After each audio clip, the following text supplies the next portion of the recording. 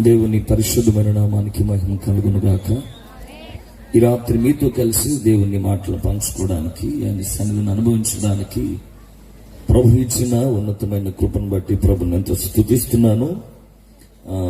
అంత మాత్రమే కాకుండా రాత్రి పరిశుద్ధ క్రీస్తు లూథరన్ దేవాలయం చిన్నమలం యూత్ అందరికీ ప్రత్యేకమైన వందనాలు నేను తెలియజేస్తున్నాను. చాలా చాకచక్యంగా ఈ కార్యక్రమాలన్నీ నిర్వర్తించుకుంటూ వచ్చారు.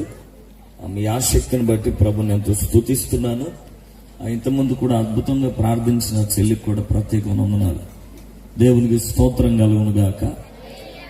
వేదిక మీద ఉన్నటువంటి సేవకులు, మరి గురుమండల అధ్యక్షులు గారు జేమ్స్ అగస్టిన్ గారికి, మరి జస్వంతలాల్ గారికి, సిఆర్ గారికి కూడా ప్రత్యేకమైన వందనాలు తెలియజేస్తున్నాను. వేదిక మీద ఉన్నటువంటి సేవకులు, మరి పెద్దలందరికీ ప్రత్యేకమైన వందనాలు. ప్రత్యేకించి రవికుమార్ అన్న గారికి కూడా ప్రత్యేకమైన వందనాలు తెలియజేస్తున్నాను. ఇప్పుడు వచ్చిన మీ అందరికీ వందనాలండి.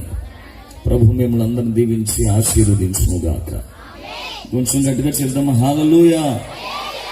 వచ్చిన వాక్యాన్ని చదువుకుందాం. సంఖ్యాకాండము 24వ అధ్యాయము 17వ వచనాన్ని చదువుదాం. దయచేసి అందరూ పరిశుద్ధ గ్రంథ లేఖనాలు తెరవండి.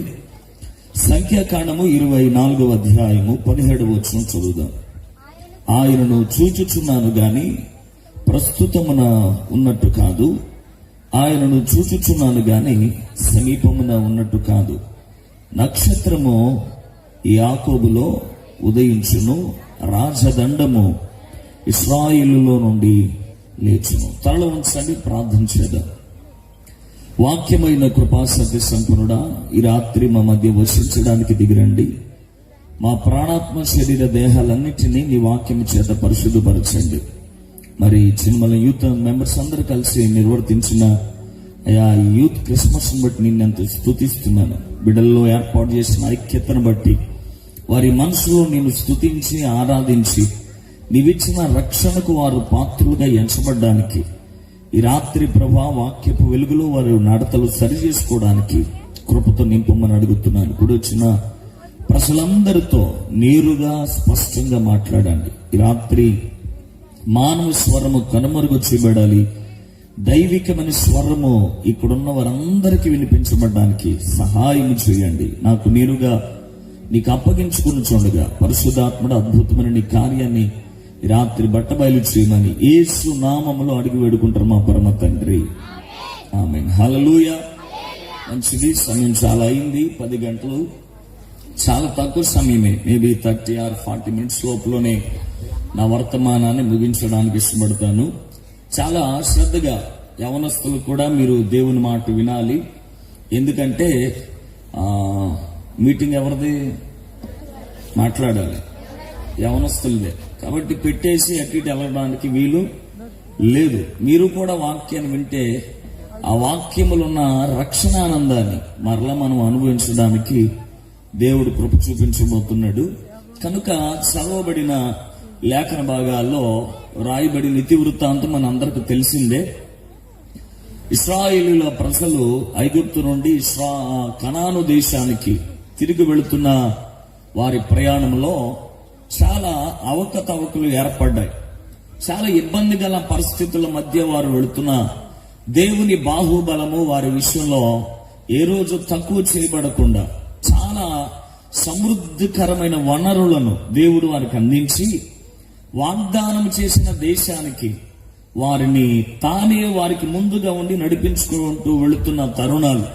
అయితే జరిగిన విషయం ఏంటంటే, బారాకు అనబడినటువంటి రాజు ఇశ్రాయేలీలను ఎలాగోలాగా తన దేశాన్ని దాటనివ్వకుండా వారు ఉంటున్న ప్రదేశంలోనే నిర్మూలన చేయాలనుకున్నాడు. ఇది ఆలోచనకు రూపకల్పనగా లేదా కార్యాన్ని నిర్వర్తించడానికి బారాకు ఏం చేశాడంటే, ఇశ్రాయేల్ ఏదైనా చేయాలంటే మనం ఏం చేద్దామంటే, ఒకరి యొక్క సలహా మేరకు బిలాము అనబడినటువంటి ఒక ప్రవక్త లేదా శపించు వాడిని తీసుకుని వచ్చారు. మొత్తానికి ఇశ్రాయేలు ప్రజలందరినీ శపించడానికి బిలాము రాజు అక్కడకు ప్రవేశించాడు. క్షమించండి, బిలాము ప్రవక్త. సో అక్కడికి ప్రవేశించిన తర్వాత బారాకు చెప్పినట్లుగా బిలాము ఇప్పుడు చెప్పట్లా. ఎందుకంటే దేవుడు ఇలాగ అన్నాడు, ఇశ్రాయేలులకు నువ్వు మంచే పలకాలు గాని కీడు పలకడానికి వీలు లేదు, ఎందుకంటే వారు నా ప్రజలై ఉన్నారు. కనుక వారితో నీ నోటుకొచ్చినట్లు నీకున్నటువంటి వరాన్ని ఉపయోగించొద్దు. నేనే వారిని ఏ రీతిగా దీవించబోతున్నానో నీ నోటికి నేను కావలిగా ఉండబోతున్నానని బిలాముతో చెప్పిన తర్వాత బిలాము వారి మధ్యలోకి వెళ్ళి ఇలాగన్నాడు. ఏమన్నాడు? యాకోబు జీవితానంతా అనగా యాకోబు సంతతి అయినటువంటి ఇశ్రాయేలీలను ఇలాగూ దీవించాడు. ఏమని? 23:19 దేవుడు అబద్ధమాడుటకు ఆయన మానవుడు కాడు, పశ్చాత్తాపపడుటకు ఆయన నరపుత్రుడు కాడు. ఇదిగో దీవించమని నాకు సెలవాయను, ఆయన దీవించెను, నేను దానిని మార్చలేరు అన్నాడు. మరి ఒక మారు బారాకు బిలాముకు ధనమును బంగారమును ఎర్రగా వేసి, నువ్వు ఇలా కాదు పలకాల్సింది, సరైన రీతిలో నువ్వు ప్రతిస్పందించట్లేదు గనుక నువ్వు వేరే దిక్కుకు తీసుకెళ్తాను, అక్కడ ఇశ్రాయేలు అందరినీ శపించమన్నాడు. శపించమన్న తర్వాత అక్కడ కూడా వెళ్ళిన తర్వాత ఈ 24వ అధ్యాయంలో మనం చదువుతాం. ఏమని? 16వ వచనంలో, దేవవాక్కులను వినిన వాని వార్త, మహోన్నతుని విద్య నెరిగిన వాని వార్త, అతడు పరవశుడై కన్నులు తెరచిన వాడై సర్వశక్తుని దర్శనము పొందేను. ఈ 17వ వచనానికి వచ్చేసరికి ఇలాగ అన్నాడు, నక్షత్రము యాకోబులో ఉదయించబోతుంది. గట్టిగా స్తోత్రం చెబుదాం. నక్షత్రం ఎవరిలో ఉదయించబోతుంది? యాకోబులో ఉదయించబోతుంది. ఎందుకు యాకోబులోనే నక్షత్రం ఉదయించాలి? ఎందుకు ఈ యాకోబును దేవుడు ఎంపిక చేసుకున్నాడు? యాకోబు జీవితం చెప్పుకోదగ్గ గొప్పదేమి కాదు నిజానికి, కానీ దేవుని యొక్క నక్షత్రం అతనిలోనే ఉదయించబోతున్నది అన్నదే దేవుని యొక్క ప్రవచనార్థమైన వాగ్దానం. ఇదిగో ఈ రాత్రి కూడా యాకోబులో నక్షత్రము ఉదయించినట్లు ఈ రాత్రి మనందరి జీవితాల్లో దేవుని యొక్క వెలుగు ఉదయించునుగాక. చీకటి తెరలుగా చిరిగిపోనుగాక. కనులకు పట్టినటువంటి అరలన్నీ తొలగిపోవాలి. దైవికమైన దర్శనాన్ని మనమందరము చవిచూచి ఆ వెలుగులో దాచబడి ఉన్నటువంటి దేవుని యొక్క ఔన్నత్యాన్ని మనమందరం ఈ రాత్రి అనుభవించాలి. యవనస్తులు పర్టికులర్ గా మీరు చాలా జాగ్రత్తగా వినాలి, చాలా సావధానంగా ఈ మాటలు వినడానికి ప్రయత్నం చేయండి. నక్షత్రము గనక ఉదయించకపోతే యాకోబు ఎల్లకాలం చీకట్లోనే ఉండేవాడు. ఉదయించాలి ప్రతి ఒక్క జీవితం. అందుకనే యోహాను తన గ్రంథాన్ని రాసిస్తున్నప్పుడు సువార్త పత్రికని ఇలాగన్నాడు, నిజమైన వెలుగు ఉండెను, అది లోకంలోనికి వచ్చుచు అనేకులను వెలిగించుచున్నది. ప్రపంచమంతటిలో వెలుగు అనేది ఉందగాని దేవుడు మాత్రమే నిజమైన వెలుగై ఉన్నాడు. ఆయన స్వయంభవుడు, తనకు తానుగా ప్రకాశించువాడు, తనకు తానుగా వెలుగువాడు. ఆయనను మరెవ్వడు వెలిగించాల్సిన అవసరం లేదు, ఎందుకంటే ఆయన ఓన్ సర్వను కలిగి ఉన్నవాడు. అందుకనే మోషేతో దేవుడు ఇలాగన్నాడు, నేను ఉన్నవాడను అనువాడను. తన ఉనికి, తన ఔన్నత్యాన్ని ప్రపంచానికి చెప్పగానే చెప్పాడు దేవుడు. ఆయన వెలుగువాడే గాని ఆయనను ఎవరు వెలిగించాల్సిన అవసరము లేనంత సర్వశక్తిమంతుడై ఉన్నాడు. కనుక ఆయనే ప్రపంచానికి నిజమైన వెలుగు. నిజానికి క్యాండిల్ సర్వీస్ ఇంతకు ముందు కూడా మనం చేశాం. ఎందుకు? యాక్చువల్లీ క్యాండిల్ సర్వీస్ లో ప్రజలందరికీ పంచేటప్పుడు క్యాండిల్స్ అన్ని చిన్నవిగా ఉంటాయి, వెలిగించే వాడి దగ్గరేమో పెద్ద కొవ్వొత్తు ఉంటుంది. అవునా? ఎందుకు అంటే నిజానికి క్యాండిల్ సర్వీస్ లో కొన్నిసార్లు నేను చూస్తుంటాను, ఇక్కడి నుంచి వెళ్ళగాల్సిందే వెనక నుంచి వెళ్ళుకుంటూ వచ్చేస్తూ ఉంటాయి.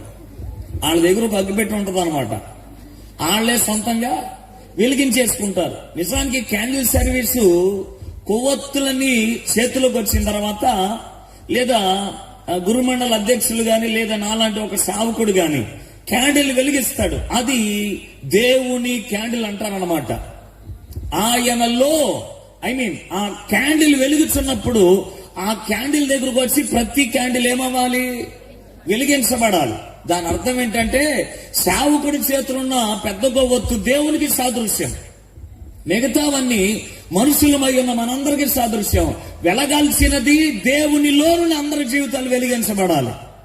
అప్పుడే మన జీవితాలకి అసలైన సార్థకత ఏర్పాటు పడుతుంది. కానీ కొంతమంది నువ్వు వెలిగించేటప్పటికి మాకు తెల్లారిపోతారపై మేము వెలిగించేసుకుంటామని అగ్గిపెట్టెలు కూడా తెచ్చుకుంటారు. వీళ్ళు వెలిగించింది ఈ కొవ్వొత్తులు కదా, ఆల్రెడీ వెలిగించాల్సింది అన్ని వెలిగిస్తుంటారు. తెలుసు కదా, సిగరెట్లు గాని బీడీలు గాని. విషయం ఏంటంటే వీళ్ళు వెలిగించి ఏలారిపోతారు ఆ తర్వాత కదా. నిజానికి దేవుని యొక్క వాక్యం ఏం చెప్తుందంటే, యోహాను మండుచు ప్రకాశించే దీపమై ఉన్నాడని వాక్యం చెప్తుంది. ప్రతి యవనస్తుడు దేవుని చేతిలో వెలుగొందాలి. అతడు ఈ చీకటి ప్రపంచాన్ని దేవుని చేత తాను వెలిగించబడి అనేకులను వెలిగించబడితే నా జీవితానికి ఒక అద్భుతమైన పరమార్థం ఏర్పడుతుంది. నా దేవుని పిల్లలయ్యున్న మనమందరము తెలుసుకోవాల్సిన అద్భుతమైన సత్యం. యవనస్తులు వింటున్నారా? యవనస్తులు వినాలి చాలా జాగ్రత్తగా. యవన ప్రాయపు దశ జీవితంలో ఉన్న దశలన్నిటికంటే అద్భుతమైంది, చాలా అందమైంది కూడా, చాలా బలమైనది.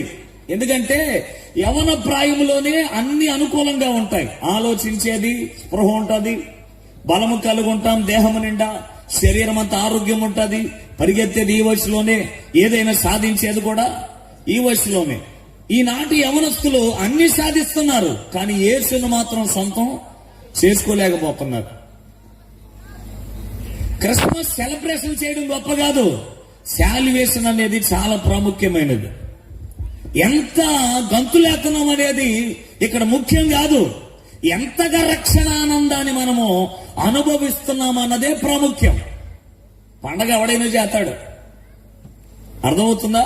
పండగ ఎవరైనా చేస్తారు, కానీ పండగను పండగలా కాదు చేయాల్సింది. క్రిస్మస్ అనేది పండుగ కాదు, దేవుడే ఈ భూమి మీద పుట్టినటువంటి అద్భుతమైన ఘటన అది. ఈ రోజుల్లో మనుషుడు దేవుడైపోతున్నాడు, కానీ నిజానికి దేవుడే మానవుడిగా మార్చబడడం అనేది గొప్ప విషయం ప్రపంచంలో. యేసు తన మహిమను విడిచిపెట్టాడు, తన దేవత్వాన్ని విడిచిపెట్టాడు, తను ఉంటున్నటువంటి అమరత్వాన్ని విడిచిపెట్టాడు, ఏమీ లేని రిక్తునిగా ఈ భూమి మీద పుట్టాడు. అందుకనే ఆయన పేదవానిగానే పుట్టాడు అనడానికి ఆధారం ఏంటంటే, యోసేపు మరియలు దేవాలయానికి యేసుప్రభుని తీసుకెళ్ళినప్పుడు 2 గువ్వలను అర్పించారు బలిపీఠ మీద. ఎన్ని గువ్వలు? 2. అది కడు పేదరికాన్ని అనుభవించే వాళ్ళు మాత్రమే అర్పించాల్సిన అర్పణ అది. నిజానికి యేసుప్రభు జన్మించినప్పుడు ఆయనకి సరిగ్గా చుట్టడానికి వస్త్రం కూడా లేదు. ఎందుకంటే ఆ కొద్ది రోజుల ముందే పస్కా బలి పశువుగా కొన్ని అర్పణలు జరిగాయి యేసుప్రభు పుట్టక మునుపు కొన్ని రోజుల క్రితం. ధనవంతులు అనబడిన వాళ్ళు కొంతమంది ఏం చేశారంటే, అద్భుతమైన తెల్లని ఉన్నిని పోలినటువంటి వస్త్రాలన్నీ తెచ్చి మచ్చలేని గొర్రె పిల్లకు చుట్టి ఆ బలిపీఠాల మీద అర్పణ అర్పించడానికి తెచ్చారు. కొన్ని క్లాత్స్, అవి మొక్కమల క్లాతులు అంటామే, అద్భుతంగా తెల్లగా ఉంటాయి, మెరుస్తూ ఉంటాయి. అవి ధనవంతులు ఉపయోగించేవి. అర్పణ అయిపోయిన తర్వాత రక్తపు మరకలు అంటుకున్నటువంటి ఆ వస్త్రాలని ధనవంతులు ఏం చేశారంటే ఆ దారి పక్కన పడవేస్తే యోసేపు వాటిని ఏరి యేసు యొక్క దేహానికి చలి గాని ఎటువంటిది తాకకుండా వెచ్చదనం పుట్టడానికి పడవేసిన వస్త్రాలు తెచ్చి చుట్టాడని జోసెఫస్ చరిత్రకారుడు రాశాడు. అంత దేనాతి దేనంగా యేసు ప్రభువు లోకంలో జన్మించాడు. ఆయన వైభవం వేరు. పౌలు అన్నాడు ఆయన శ్రీమంతుడైన దేవుడని. కానీ శ్రీమంతుడు శిశువుగా పుట్టడం ఆశ్చర్యమే కదా. ఎందుకు పుట్టాడు? జీవితంలో మానవుడు అన్ని కోల్పోతున్నాడు. మానవుడు ఏదైతే కోల్పోయాడో వాటిని మరలా తిరిగి ఇవ్వాలన్నటువంటి ఒక అద్భుతమైన సంకల్పం దేవుడు రచించాడు. అందుకనే తన మహిమను విడిచిపెట్టి మానవుడికి ఏ శరీరం అయితే ఇచ్చాడో చివరికి ఆయన కూడా అదే శరీరాన్ని ధరించుకొని ఈ లోకానికి వచ్చాడు. ఇదే కదా అల్టిమేట్ లవ్ అని చెప్పొచ్చు. భూమి మీద ఎవరు ఎంతగా మార్చబడలేదు. ప్రేమించబడిన వాళ్ళకి కొన్ని రిస్ట్రిక్షన్స్ ఉంటాయి. నన్ను నువ్వు ప్రేమిస్తున్నావు గనుక, లేదు నువ్వు నన్ను ప్రేమిస్తున్నావు గనుక నా ఆశ ఇది, నేను ఇలాగుంటా, నా మెంటాలిటీ ఇది, నీకు అనుగుణమైతే ఇలాగ ఉండొచ్చు. ప్రేమలో షరతులు ఉన్నాయి. కానీ యేసు ప్రభువు మానవుడు ప్రేమించినప్పుడు ఏ షరతు పెట్టలా. షరతులు పెట్టి ఆయన జన్మించలేదు. అద్భుతమైన ప్రేమ కదా. అంతగా మానవ జాతిని ప్రేమించాడు. మానవ యొక్క జీవితంలో చీకటి దాని యొక్క కబంధ హస్తాలకు మ్రగ్గిపోయి లోబడిపోయి దాసుడిగా మారిపోయినటువంటి ప్రతి జీవితాన్ని తానే వెలిగించాలనుకుని ఆయనే నిజమైన వెలుగుగా ఈ లోకంలో ఉదయించాడు. ఆయన ఉదయించకపోతే చీకటి యొక్క పైత్యము మానవుని ఇంకా అణగదొరుక్కుంటూ వెళ్ళిపోయాడు. కనుక యవనస్తులై ఉన్న మనము దేవుని కొరకు ప్రకాశించి లేదా దేవుని కొరకు వెలుగొందే అద్భుతమైన జీవితాలు మనం కలిగి ఉండాలి. యవనస్తులు, మీ జీవితాల్లో క్రీస్తు జన్మించాలి. నేను ఒక మాట చెప్తున్నాను. మీరు యేసు ప్రభువు పుట్టారని ఇప్పుడు పండగ చేస్తున్నారు, మీరు సంతోషిస్తున్నారు. కానీ మీకు ఒక విషయం చెప్తున్నాను, వినండి. మీరే గనుక యేసులో రక్షించబడితే, ఒక పాపి రక్షించబడితే పరలోకం సంబరం చేసుకుంటుంది. నువ్వు రక్షించబడితే ఆయన పుట్టాడని నువ్వు సంబరం చేయడం కాదు. అసలు నువ్వే క్రీస్తులో పుట్టగలిగితే, నువ్వే క్రీస్తులో జన్మించగలిగితే పరలోకమే నువ్వు దేవునిలో రక్షించబడ్డావని అక్కడ ఒక అద్భుతమైన సెలబ్రేషన్ చేస్తుంది పరలోకపు యొక్క సైన్య సమూహాలు. ఏది గొప్పది? యవనస్తులు, పరలోకంలో సంబరం జరగడమే గొప్పది. ఎవరిని బట్టే జరిగేది ఇంతకే? రక్షించబడిన నిన్ను బట్టి, నన్ను బట్టి. యవనస్తుడా, నువ్వు రక్షించబడితే ఇంతకన్నా గొప్ప అద్భుతమైన అంగరంగ వైభోగం పరలోకంలో జరగబోతుంది. కనుక నీ యవన జీవితంలో క్రీస్తును తెలుసుకోవడం అనేది ప్రథమ లక్షణం. అది గనక చేయకపోతే మనంత దౌర్భాగ్యులు భూమి మీద మరి ఎవడు ఉండడు. యవనస్తుడా, నీకోసం ఈ రాత్రికి చెప్తున్నాను. మీరు అనుకోవచ్చు, పిలిచి మరి తిట్టించుకుంటున్నామేంటి అనుకుంటారు కొంతమంది. డాక్టర్ గారు ఫీజు కట్టి మరి తిట్టించుకున్న రకాలు అంతే. మరి అంతేనా? డాక్టర్ గారు దగ్గరికి వెళ్ళిన తర్వాత ఫీజు కట్టి ఆయన ఏమంటాడు? 1000 రూపాయలు ఫీజు కట్టేది ఎలా కాదులే, అరే షుగర్ వచ్చిందా నీకు, తినే నీ ఇష్టం వచ్చింది అంటాడా? 1000 రూపాయలు కట్టాడు ఫీజు అని ప్రేమతో నేనేమి నీకు ఇష్టం వచ్చిన తినరా బాబు, 1000 రూపాయలు ఇచ్చావు నీకెందుకు నేను యాంటీగా చెప్తాం అంటాడా? అండు. డాక్టర్ ఏమంటాడంటే నువ్వు 1000 కాదు 10,000 కట్టినా సార్ ఆయన ఏమంటాడంటే తిన్నామంటే పోతావు రూపాయి తినవాక అంటాడు. చెప్పాల్సిన విషయాలు చెప్పక తప్పదు. ఎందుకంటే డాక్టర్ గారు ఇచ్చే మందు ఎప్పుడు సేదుగానే ఉంటది, అది తీగా ఉండదు. నిన్ను మోసం చేసేవాడు ఎప్పుడు మంచి మంచి తిండి పెడతాడు. అర్థం చేసుకో. మంచి స్నేహితుడు ఎప్పుడు నీ తప్పుని ఎత్తి చూపేవాడే నిజమైన స్నేహితుడు. ఎప్పుడు అది గుర్తుపెట్టుకో. అరే తాగుదామరంటే తాగుదామన్నవాడు నిజమైన స్నేహితుడు కాదు. పగవాడు లెక్కలేనన్ని ముద్దులు పెడతాడు, కానీ ప్రాణ స్నేహితుడు నిజంగా ప్రేమిస్తాడు. అతడు మేలు కోరి ఏం చేయిస్తాడు? గాయం కూడా చేస్తాడని వాక్యం చెప్తుంది. ముద్దులు కావాలా, గాయాలు కావాలా? నిజమేనా? గాయాలే కావాలంటే వీళ్ళకి. నిజమే.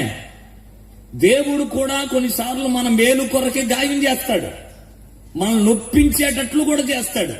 అందుకని ఆదిమ సంఘంలో దైవజనుడైన పేతురు లేచి నిలబడి వాక్యం చెప్పినప్పుడు వారి హృదయాలు పొడవబడ్డాయి.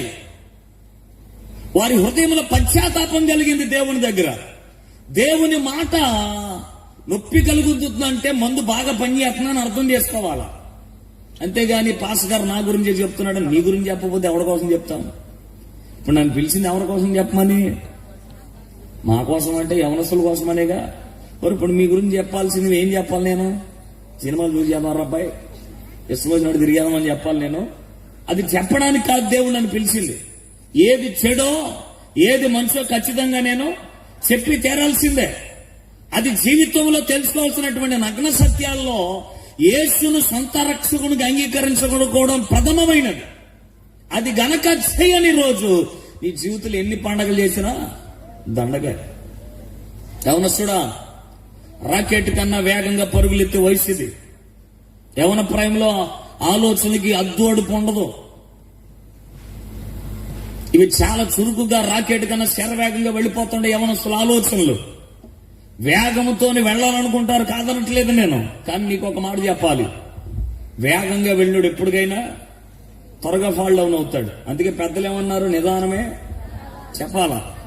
ఇప్పుడు ఎవడు చేసుకున్నాడు ప్రధానం? నిదానంగా వెళ్ళేవాడు ఎవడైనా ప్రదానం చేసుకుంటాడు, అవునా? నిదానంగా వెళ్తలా. ఏంటంటే నలుగురు కనబడితే చాలు రోడ్డు మీద, ఇక ఆడు బ్రేక్ మీద కాలు ఉండదు, ఎక్సలేటర్ మాత్రం ఫుల్గా ఇచ్చేస్తాం. మరి అక్కడ దాకా ఏమైద్దో తెలియదు, అక్కడ దాకా స్లోగా వస్తాడు. జనాలు చూసేసరికి ఏ కందిరే కుట్టిద్దో తెలియదు, ఇక జివ్వమంటే వెళ్ళిపోతుంటాడు. వేగం చాలా అద్భుతంగా ఉంటది వెళ్ళేటప్పుడు, కానీ బ్రేకులు పడకపోతూనే ఉంటది అసలైన ఆట కదా. నేను అందుకే మాట చెప్తాను, వేగం లోకానికి ప్రాముఖ్యం. లోకం ఏమందంటే అందరికన్నా నువ్వు ముందు పరిగెత్తి ఫస్ట్ ప్లేస్ లోకి రావాలని నేర్పింది కనుక మనందరికి ముందెళ్ళిపోవడానికి ఎంత వేగానైనా ప్రదర్శిస్తాం. కానీ దేవునికి వేగం ఎప్పుడు ప్రాముఖ్యం కాదు. ఎవరిస్తాడా వింటున్నావా? ప్రపంచానికి వేగం ప్రాముఖ్యం, కానీ దేవునికి వేగం ప్రాముఖ్యం కాదు. దేవుడు ఇలాగన్నాడు, ముందొచ్చినా వెనకాల వచ్చినా ఖచ్చితంగా నువ్వు గమ్యాన్ని మాత్రం చేరాలన్నాడు. ప్రపంచానికి వేగం ప్రాముఖ్యం, యేసయ్యకు గమ్యం ప్రాముఖ్యం. ఆమె హల్లెలూయా. ఇప్పుడు చెప్పండి, వేగంగా వెళ్తారా గమ్యానికి వెళ్తారా? ఏది బెటరు? దేవుడి దగ్గర అరే నువ్వు ఎంత స్పీడ్గా వచ్చావు అనేది లెక్క ఉండదు ఆయన దగ్గర. ఎలా వచ్చినా సరే చివరికి ఎక్కడ చేరాలి మనం? గమ్యాన్ని, డెస్టినేషన్ అనేది మనము ప్రధానంగా ఎంచుకోవాలి. అదే మన ఎయిమ్ అయితే అద్భుతంగా ఎక్స్పెరిమెంట్ అనేది సూపర్ గా ఉంటది. కనుక నువ్వు వేగంగా వెళ్ళొద్దు దయచేసి.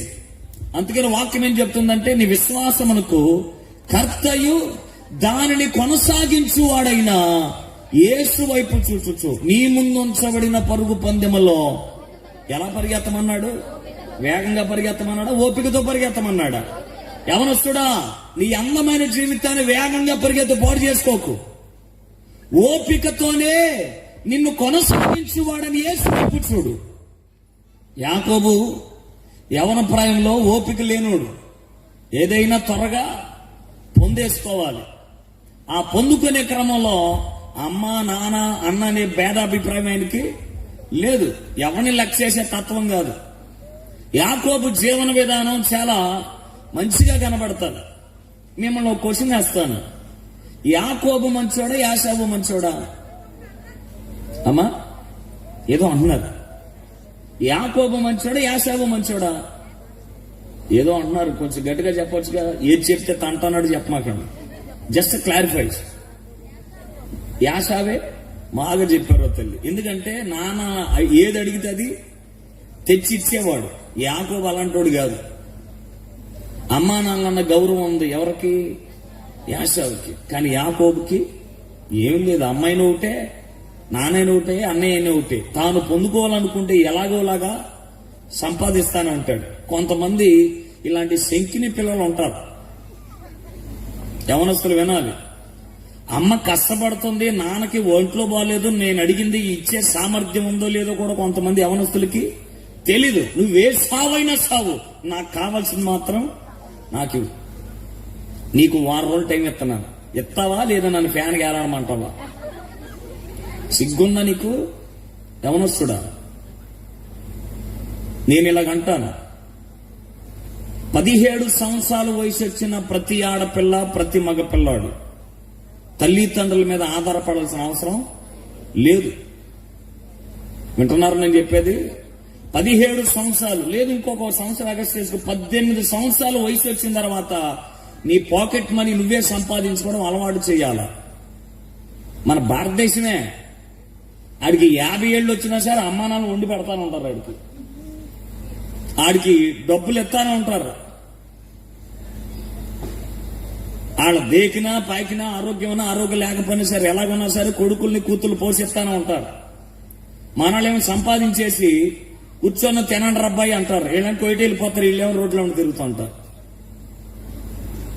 ఎందుకు మాట చెప్తున్నానంటే, పిల్లలతో ఉండాల్సిన తల్లిదండ్రులు ఉంటున్నారు. ఇప్పుడు తల్లిదండ్రులు పిల్లలతో ఉండాలి. పిల్లలు ఎవరితో ఉండాలి? అప్పుడే కదా నైతిక విలువలు తెలుస్తాయి. కనీసం 18 సంవత్సరాల వయసు కూడా పిల్లలతో కలిసి లేకపోతే 18 తర్వాత ఎలాగో వాళ్ళు మనతో ఉండరు. తల్లిదండ్రుల ప్రేమ, ఆ ఎఫెక్షన్ ఎలాగ అర్థమవుతుంది? ఇంట్లో కష్టాలు పిల్లలకి తెలియనివ్వకుండా పెంచామని మేము అంటాం. అందుకే ఇలా తగిలడింది జీవితాలు. కష్టం తెలియకుండా పెంచారంట పిల్లల్ని. ఏం ఒరగబెట్టారని వాళ్ళు. ఒక అమ్మాయి అంట, ఆవిడ తల్లి అంటుంది, మా అమ్మాయికి వంటగది తెలియదండి. మరి ఏ గది తెలుసో? పెళ్లి చూపుల్లో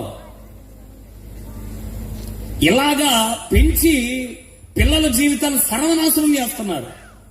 నేను ఇలాగ అంటాను, ఇతర దేశాల్లో 18 సంవత్సరాలు వచ్చిన తర్వాత తనకు కావలసిన ప్రతి అవసరమైన వస్తువులు కొనుక్కోవడానికి ఆ వ్యక్తే సంపాదించుకోవాలి. తల్లిదండ్రుల దగ్గర చేయి చాచడానికి అసలు వీలు లేదు. పెళ్లిళ్ళు కూడా ఎప్పుడు చేస్తారో తెలుసా? తనకంటూ ఒక జాబ్ సంపాదించుకొని తను ఒక ఆమెను పోషించగలిగిన సామర్థ్యం వీడు సంపాదించాడన్న సంగతి తల్లిదండ్రులకి అవతరాలకు తెలిసిన తర్వాత ఖచ్చితంగా పెళ్లి చేస్తారు.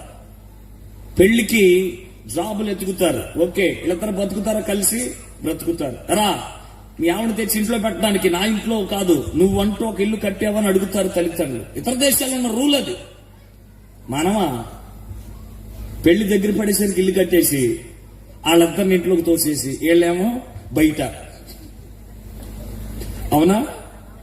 మేము ఎక్కడోలా బతుకుతావులేరా, మీ ఇద్దరు సంతోషంగా. వీడేమనుకుంటాడు, మా అమ్మకి ఎలాగో అలవాటు అయిపోయింది కదా, దీన్ని ఎక్కడ పడేసినా ఒకటైనా వదిలేస్తున్నాడు. పిల్లల్ని సరైన రీతిలో పెంచడం తల్లిదండ్రులు నేర్చుకోగలిగితే వాళ్ళు ప్రయోజకులుగా మార్చబడతారు. రేపు పిల్లలు కూడా తల్లిదండ్రులను అర్థం చేసుకుని మెచ్యూరిటీ కావాలి. ఇప్పుడు ఒక సర్వే జరిగింది. ఆ సర్వేలో ఒక విచారకరమైన విషయం ఏంటంటే, ఆడపిల్ల అమ్మని అర్థం చేసుకుంటుంది కానీ కొడుకు మాత్రం తండ్రిని అర్థం చేసుకుంటలేదంట. ఎంత ఘోరమైన విషయం! ఓ ఆడపిల్ల తన తల్లిని అర్థం చేసుకుంటుంది, కానీ ఒక మగపిల్లవాడు తన తండ్రిని అర్థం చేసుకోలేనంత దీనుడుగా, దీనుడు కూడా అనకూడదు, కఠోరమైన వ్యక్తిగా మారిపోయాడు. త్రాగుడికి అలవాటు పడి. నాకు తెలిసిన ఒక పర్సన్, పేపర్లో కూడా పడింది అది, వేరే తాగుబోతు. పెళ్ళైన తర్వాత 2.5 ఏళ్లే కలిసి విడిపోయారు. తనకు సంపాదన లేదు. ఇక పొద్దున్న నుంచి సాయంత్రం త్రాగుతూనే ఉంటాడు. వాళ్ళ తల్లిదండ్రులు బాగా ముసలివాళ్ళు, వాళ్ళు కూడా అసలు ఎటు వెళ్ళలేని పరిస్థితి. కానీ గవర్నమెంట్ ఇచ్చే పెన్షన్ మీద బతుకుతూ ఉన్నారు. ఉన్నది ఒక్కడికే, కానీ పిల్లల తల్లిదండ్రులు చూడాల్సిన బాధ్యత వాడు మైమరిచిపోయి తన దేహపు యొక్క వాంఛను తీర్చుకుంటూ బ్రతుకుతూ ఉన్నాడు. యవనస్తులు వినండి, డాడీ దగ్గరకు వచ్చి అడిగాడు 1వ తారీఖున, ఇగా నాకు తాగితే ఏం లేవు, ఒక 500 ఉంటే పాడే నా మొహాన్ని అన్నాడు. తండ్రి ఇలాగ అన్నాడు, రే ఎక్కడికి వెళ్తున్నావురా, ఏం సంపాదిస్తున్నావు నీకు ఇవ్వడానికి? అమ్మకి మందులు తేవాలి, నేను మందులు తెచ్చుకోవాలి, ఆ మందులన్నీ అయిపోగా మిగిలిన డబ్బులతో మా ఇంట్లో గడవాలి. ఎక్కడి నుంచి తేవరా 500? నువ్వేదేం చేసుకో, నాకు కావాల్సిన ఇవ్వు అన్నాడు. అది కాదురా, అమ్మ అడ్డుపడింది, నాన్న నడవలేకపోతున్నాడు రా, ఆయాసం వచ్చేస్తున్నాడు రా, ఆ బిళ్ళలు తెచ్చుకోకపోతే ఆయన బతకలేడు, ఆయన బతికితేనే నేను కూడా బతికేది. ఊరు ఇవ్వలేవురా, నువ్వు ఏదో పనికి వెళ్ళవచ్చు కదరా, అలా తాగేతే ఎలారా, కుటుంబాన్ని కట్టుకున్నావా? లేదుగా. కనీసం ఇప్పుడేమి జ్ఞానం తెచ్చుకోవాలని తల్లి ఎడుతుంటే తల్లి నువ్వు తోపు తోసాడు, వెళ్ళి గోడకి తగిలేసిన తలకాయ ఎడుస్తూ ఉంది. తండ్రిని అడుగుతున్నాడు, ఇస్తావా లేదా? డై చేతులు ఎలాగొస్తున్నారా ముసల్దాన్ని అలా కొడతాకే? తండ్రి అరిచాడు. అయినా సరే కొడుకు మనసు మారలా. ఇస్తావు ఇవ్వా? ఏమో నేను, మా అవసరతలు చాలా ఉన్నారా, బిళ్ళలు లేకపోతే చచ్చిపోతామేమో, ఎవడు చూసేవాళ్ళు లేడు, కనీసం ఉన్నాం పడించుకుంటున్నావా? అరుతుంటుంటే తన మెడలో ఉన్న టవలు తీసి తండ్రి మెడకు బిగించి ఇక్కడ ఈ షోల్డర్ మీద కాలు పెట్టి గట్టిగా లాగాడు తండ్రిని. గిలగిలగిలగిలాడుతూ ప్రాణం వదిలేశాడు కొడుకు చేతులు. ఆ పెన్షన్ వచ్చిన డబ్బులు పట్టుకెళ్ళిపోయి తాగేసి కనీసం తండ్రి చనిపోతే దహన కార్యక్రమాలు కూడా రాలేదు ఆ కొడుకు. ఇలాంటి వాళ్ళు ఉన్నా ఒకటే. ఎందుకు ఇలాగ అయిపోతుంది సమాజం? యవనస్తులే.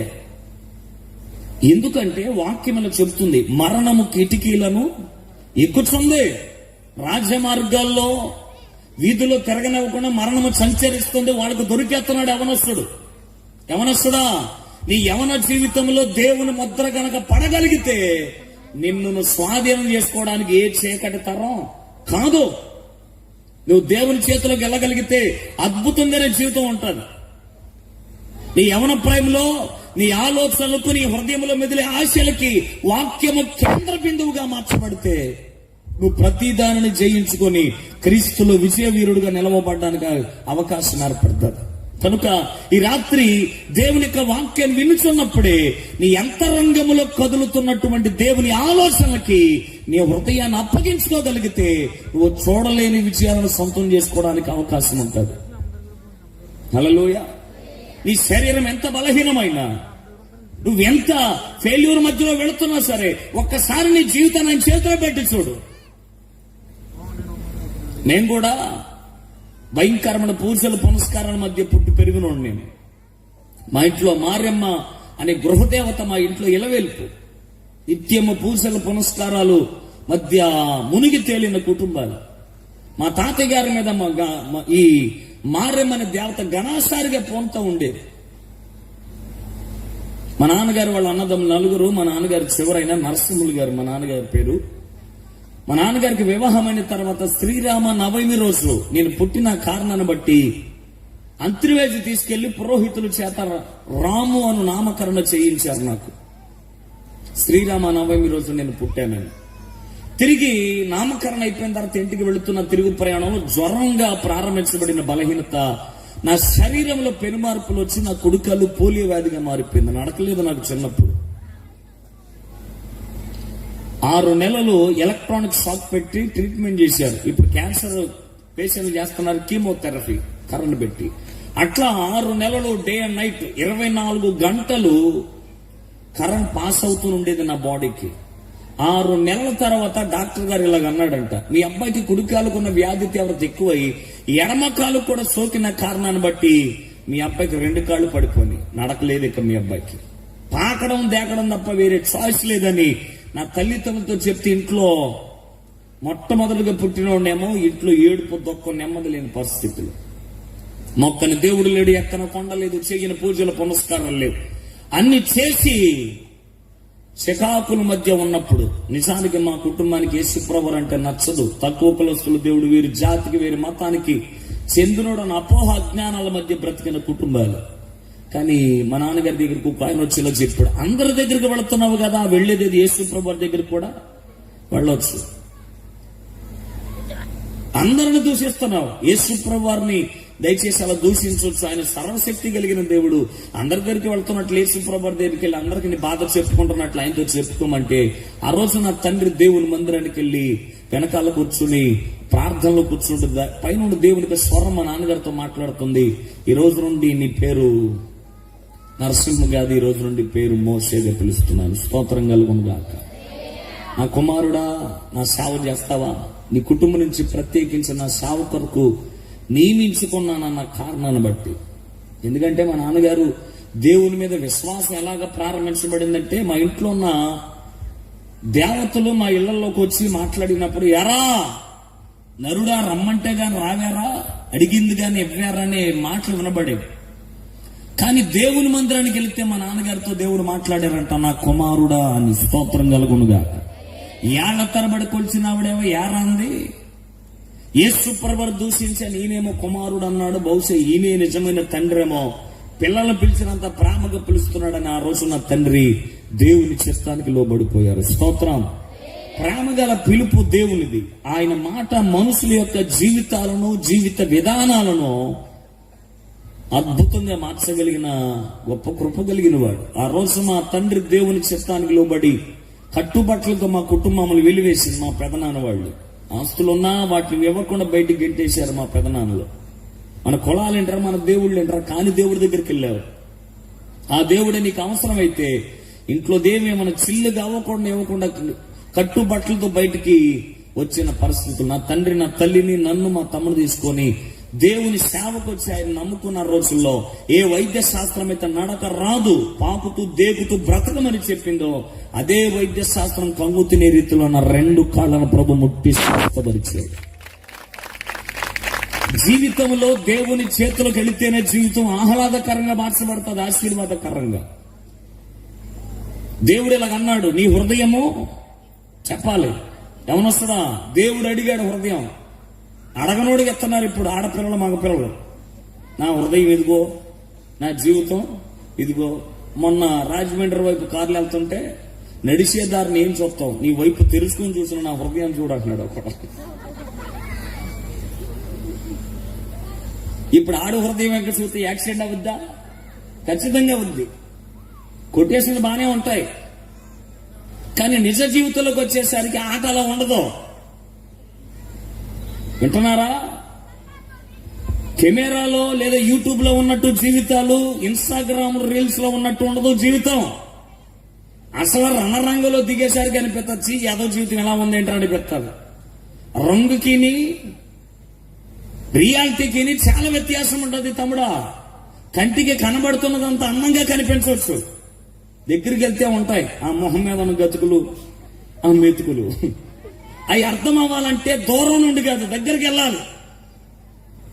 జీవితంలో అన్ని దూరంగా ఉండి చూసి ఇది చాలా అద్భుతం ఉంది అనుకుంటాం, కానీ చివరికి పతనం అయిపోతున్నాం. యాకోబు కూడా అలాగే అనుకున్నాడు. తన జీవితంలో తనవి కానివి పొందుకోని చివరికి అన్నను మోసం చేశాడు. చివరికి బరి తెగించి కన్న తండ్రిని కూడా ఏం చేశాడు? మోసం చేశాడు. నాన్న కళ్ళుకి గంతలు కట్టేసినట్టు చేసేసాడు. ఎంత కళ్ళు మందస్థితిలోకి వస్తే పేరు మార్చి ఈ యాకోబు ఇలా తయారవడానికి గల కారణం ఏంటంటే ముమ్మాటిగా వాళ్ళ అమ్మాయి అంటాను నేను. రెండోసారి ఆదికాండం చదువుదాం ఒకసారి. 20 దయచేసి బైబిల్ గ్రంథాలు తెరవండి. 27వ అధ్యాయం 12వ వచనం చదువుదాం. యాకోబు అన్న ఒక మాట, ఒకవేళ నా తండ్రి నన్ను తడివి చూసినప్పుడు నేను అతని దృష్టికి వంచకుడుగా తోచిన ఎడల నా మీదికి శాపమే గాని ఆశీర్వాదము తెచ్చుకొనడని చెప్పాను. అయినను అతని తల్లి, నా కుమారుడు ఆ శాపము నా మీదకే వచ్చునుగాక. పాడైపోవడానికి సూత్రధారి ఎవరో? అమ్మా తల్లులారా, చూసుకుందరు కానీ చీరలో వంకలు. ఇటు చూడండి, ఈ రాత్రి కొద్దిసేపే, ఎక్కువసేపు చెప్పనన్నానుగా. అది సలివేంద్రం ఒకటి మధ్యలో. ఈ సెల్ ఎవడరా నీళ్ళు తాగేది? అసలు కూర్చొని కూడా దాహం అవుతుందా మీకు? కూర్చోండి, అట్టి కదలమాకండి. అది అలవాటు చేసుకోకూడదు సంఘాల్లో. అర్థమవుతుందా? ఏదైనా ముందే చూసుకొని వచ్చి కూర్చోవాలి. పద్దాగా లెగుతూ ఉంటారు పేషెంట్ల లాగా. అది క్రమమైన పద్ధతి. యవనస్తులు అది రోడ్ల మీద చూడండి ఎలా తిరుగుతున్నారు వాళ్ళు. ఆడ కట్టప్పని ఎత్తుకున్నాడు అండి, అలా తీసుకురండి అండి. వాక్యాన్ని వినాలి. యూత్ త్వరగా వాళ్ళందరూ కూర్చోబెడితే బాగుంటది. వాక్యాన్ని వినిపించాలి వాళ్ళకి. మీరు పెట్టింది డబ్బు ఖర్చు పెట్టి విలాసాలు కాదు చేయాల్సిన వాళ్ళకి. వాక్యాన్ని వినిపిస్తే వాళ్ళ జీవితాలు ఇప్పుడు కాకపోతే ఎప్పటికైనా వాక్యం వాళ్ళు ఏం చేద్దే పట్టుకుంటుంది. నా జీవితాన్ని చెప్తాను చివరిలో. ఇన్వెస్ట్మెంట్ చేశాడు. దేవుని మాట వింటే ఎలా ఉంటుంది, వినకపోతే నష్టాలు ఎలా ఉంటాయి కూడా చెప్తాను. యాకోబుని తల్లి చెప్తుంది, రే మీ నాన్న దగ్గరికి వెళ్ళి ఆశీర్వాదాలు పొందేసుకో అన్నాడు. అమ్మా, నాన్నకి ఎంత కళ్ళు కనబడితే కనబడకపోతే మాత్రం వెళ్ళి ఆశీర్వాదాలు ఇచ్చేమట్టి ఇవ్వడం. నాన్న కొంచెం శాదత్వం ముసలోడు అయిపోయాడు. నిజానికి ముసలోడికి ఏమొస్తుంది? శాదత్వమే ఉంటుంది. ఆ శాదత్వం ఎందుకు వస్తుందంటే వయసు మీరిపోయింది కాబట్టి, శరీరం సహకరించదు. అనుకున్న ఆలోచన వాళ్ళకి సరిగ్గా అర్థం అవ్వకూడా. నిజానికి ఎందుకు ఈ తంతంతా జరిగిందంటే ఇస్సాకిలాగా అన్నాడు, రే ముసలోడు అయిపోయింది రా, మరి నాలుక లపలపలాడుతుంది, మంచి రుచికరమైన ఆహారం ఒకటి నాకు తెమ్మన్నాడు కొడుకుని. ఎవరిని? యాశావు. నిజానికి మనం ఏమనుకుంటామంటే వయసు మళ్ళీ ముసలోళ్ళకి పెద్ద రుచి పసి ఏమి తెలీదు, వాళ్ళకి ఏదో ఒకటి చింతపండు సారి వేసిన లొట్టలు వేసుకుని మింగేస్తారనుకుంటాం మనం. కానీ నిజానికి ముసలి వయసు వచ్చాకే రుచికరమైనవి తినాలనిపిస్తుంది. ఏ సార్ కొంతమంది ఉన్నారు, అడగండి. వయసు మళ్ళాక రుచికరమైనవి ఆశిస్తుంది శరీరం. నిజమది. కానీ మనం ఏం చేస్తామంటే దవళ్ళని లోడలోడ ఊగుతున్నాయి కదా, పళ్ళని ఊడిపోయినాయి కదా, ఇంకేం రుచి పసి, నాలుగు మందం అయిపోతుంది, చింతపండు వేసినా ఉప్పు అయిపోయినా పర్లేదు, వాళ్ళు తినేస్తారు మింగేస్తారని. అప్పుడే వాళ్ళకి రుచి మీద పట్టు పెరిగిద్ది. తల్లిదండ్రులను చాలా జాగ్రత్తగా చూసుకోవాలి. మగపిల్లలు కానీ ఆడపిల్లలుగా. ఎందుకంటే వాళ్ళు మనం ఎదగడానికి వాళ్ళు నిచ్చెనగా మారి చాలా త్యాగాలు చేస్తున్నారు.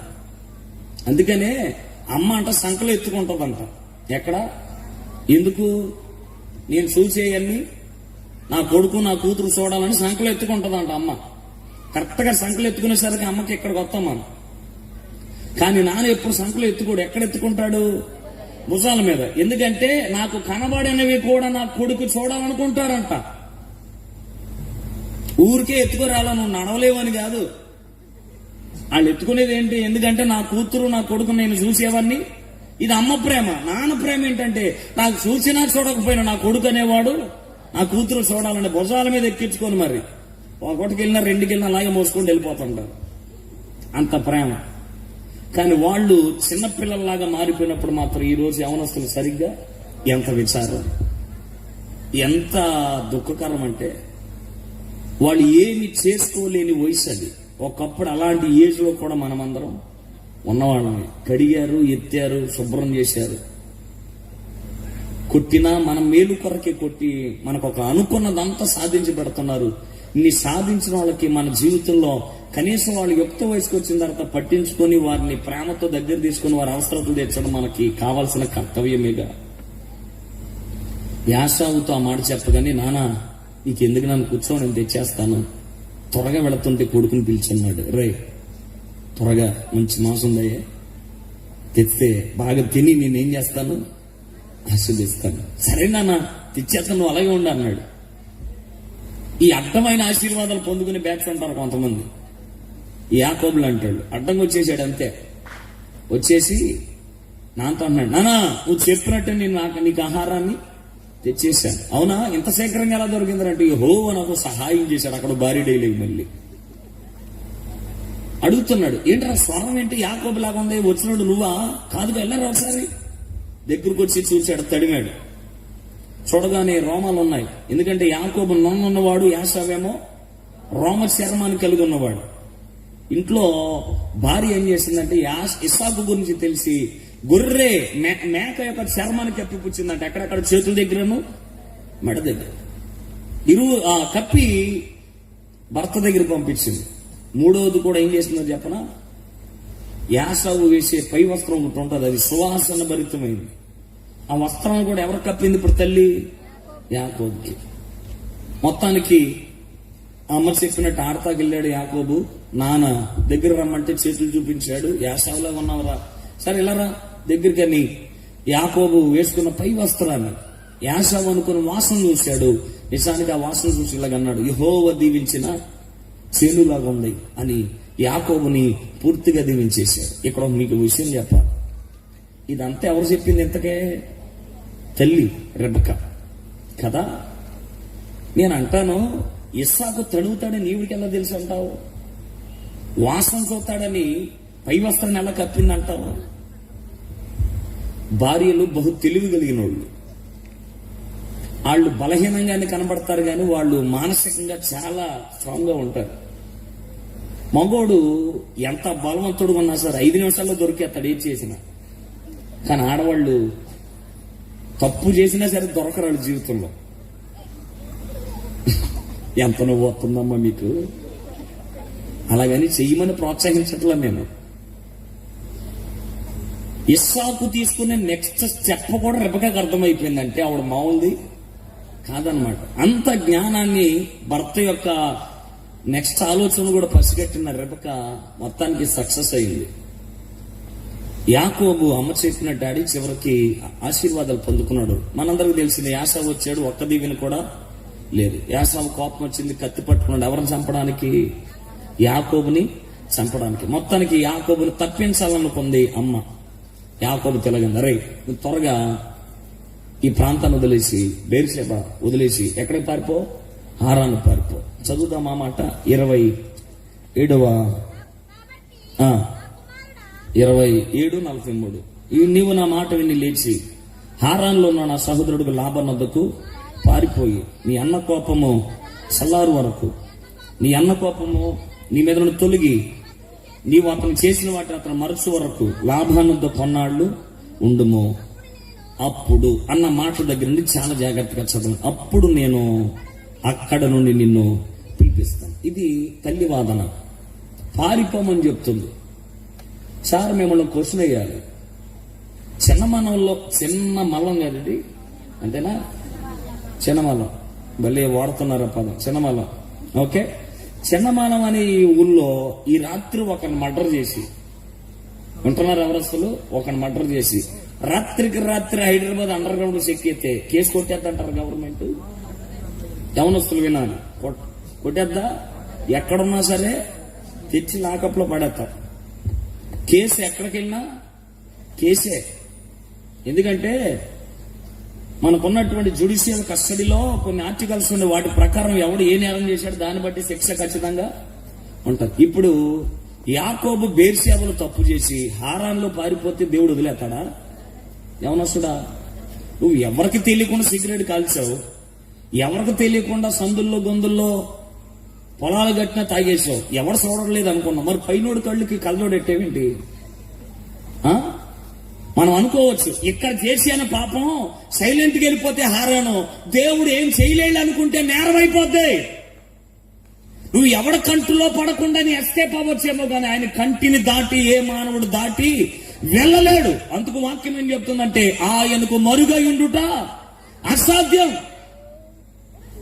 నువ్వేం చేస్తున్నావో, ఏం చూస్తున్నావో, ఏం వింటున్నావో, ఏం మాట్లాడుతున్నావో, ఏం యోచిస్తున్నావో, ఏమున్నాయో నీ మనసులో, ఏం చేయడానికి నీ చేతులు ఉర్రుతలుగుతున్నాయో, నీ చేతులు వేటి కొరకు నీ పాదాలు పరిగెత్తుతున్నాయో, ఎక్కడ పట్టుకోవడానికి నీ దేహం ఉర్రుతలుగుతుందో, నీ సర్వ శరీరం ప్రతి అవయవాన్ని ఆయన గమనించుచున్న దేవుడు.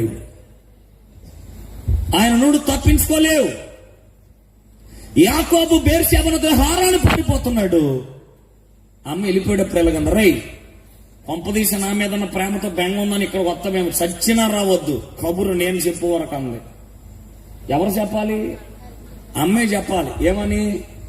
అరే ఇక చాలరా వచ్చే అన్న మాట నీకు అందినప్పుడే ఆ ఊరు నదులు ఇక్కడికి రావాలి, అప్పుడు దాకా రావద్దండి. అంటే అమ్మ చెప్పినట్లే ఆడాలి. ఇప్పుడు యాకోబు మొత్తానికి వెళ్తున్నాడు. ఏమైంది? 28:10 యాకోబు బేర్షెబా నుండి బయలుదేరి హారాను వైపు వెళ్ళుచు ఒక చోట చేరి ప్రొద్దుగుకినందున రాత్రి అక్కడ అదిగో దొరికేశాడు దేవుని చేతికి.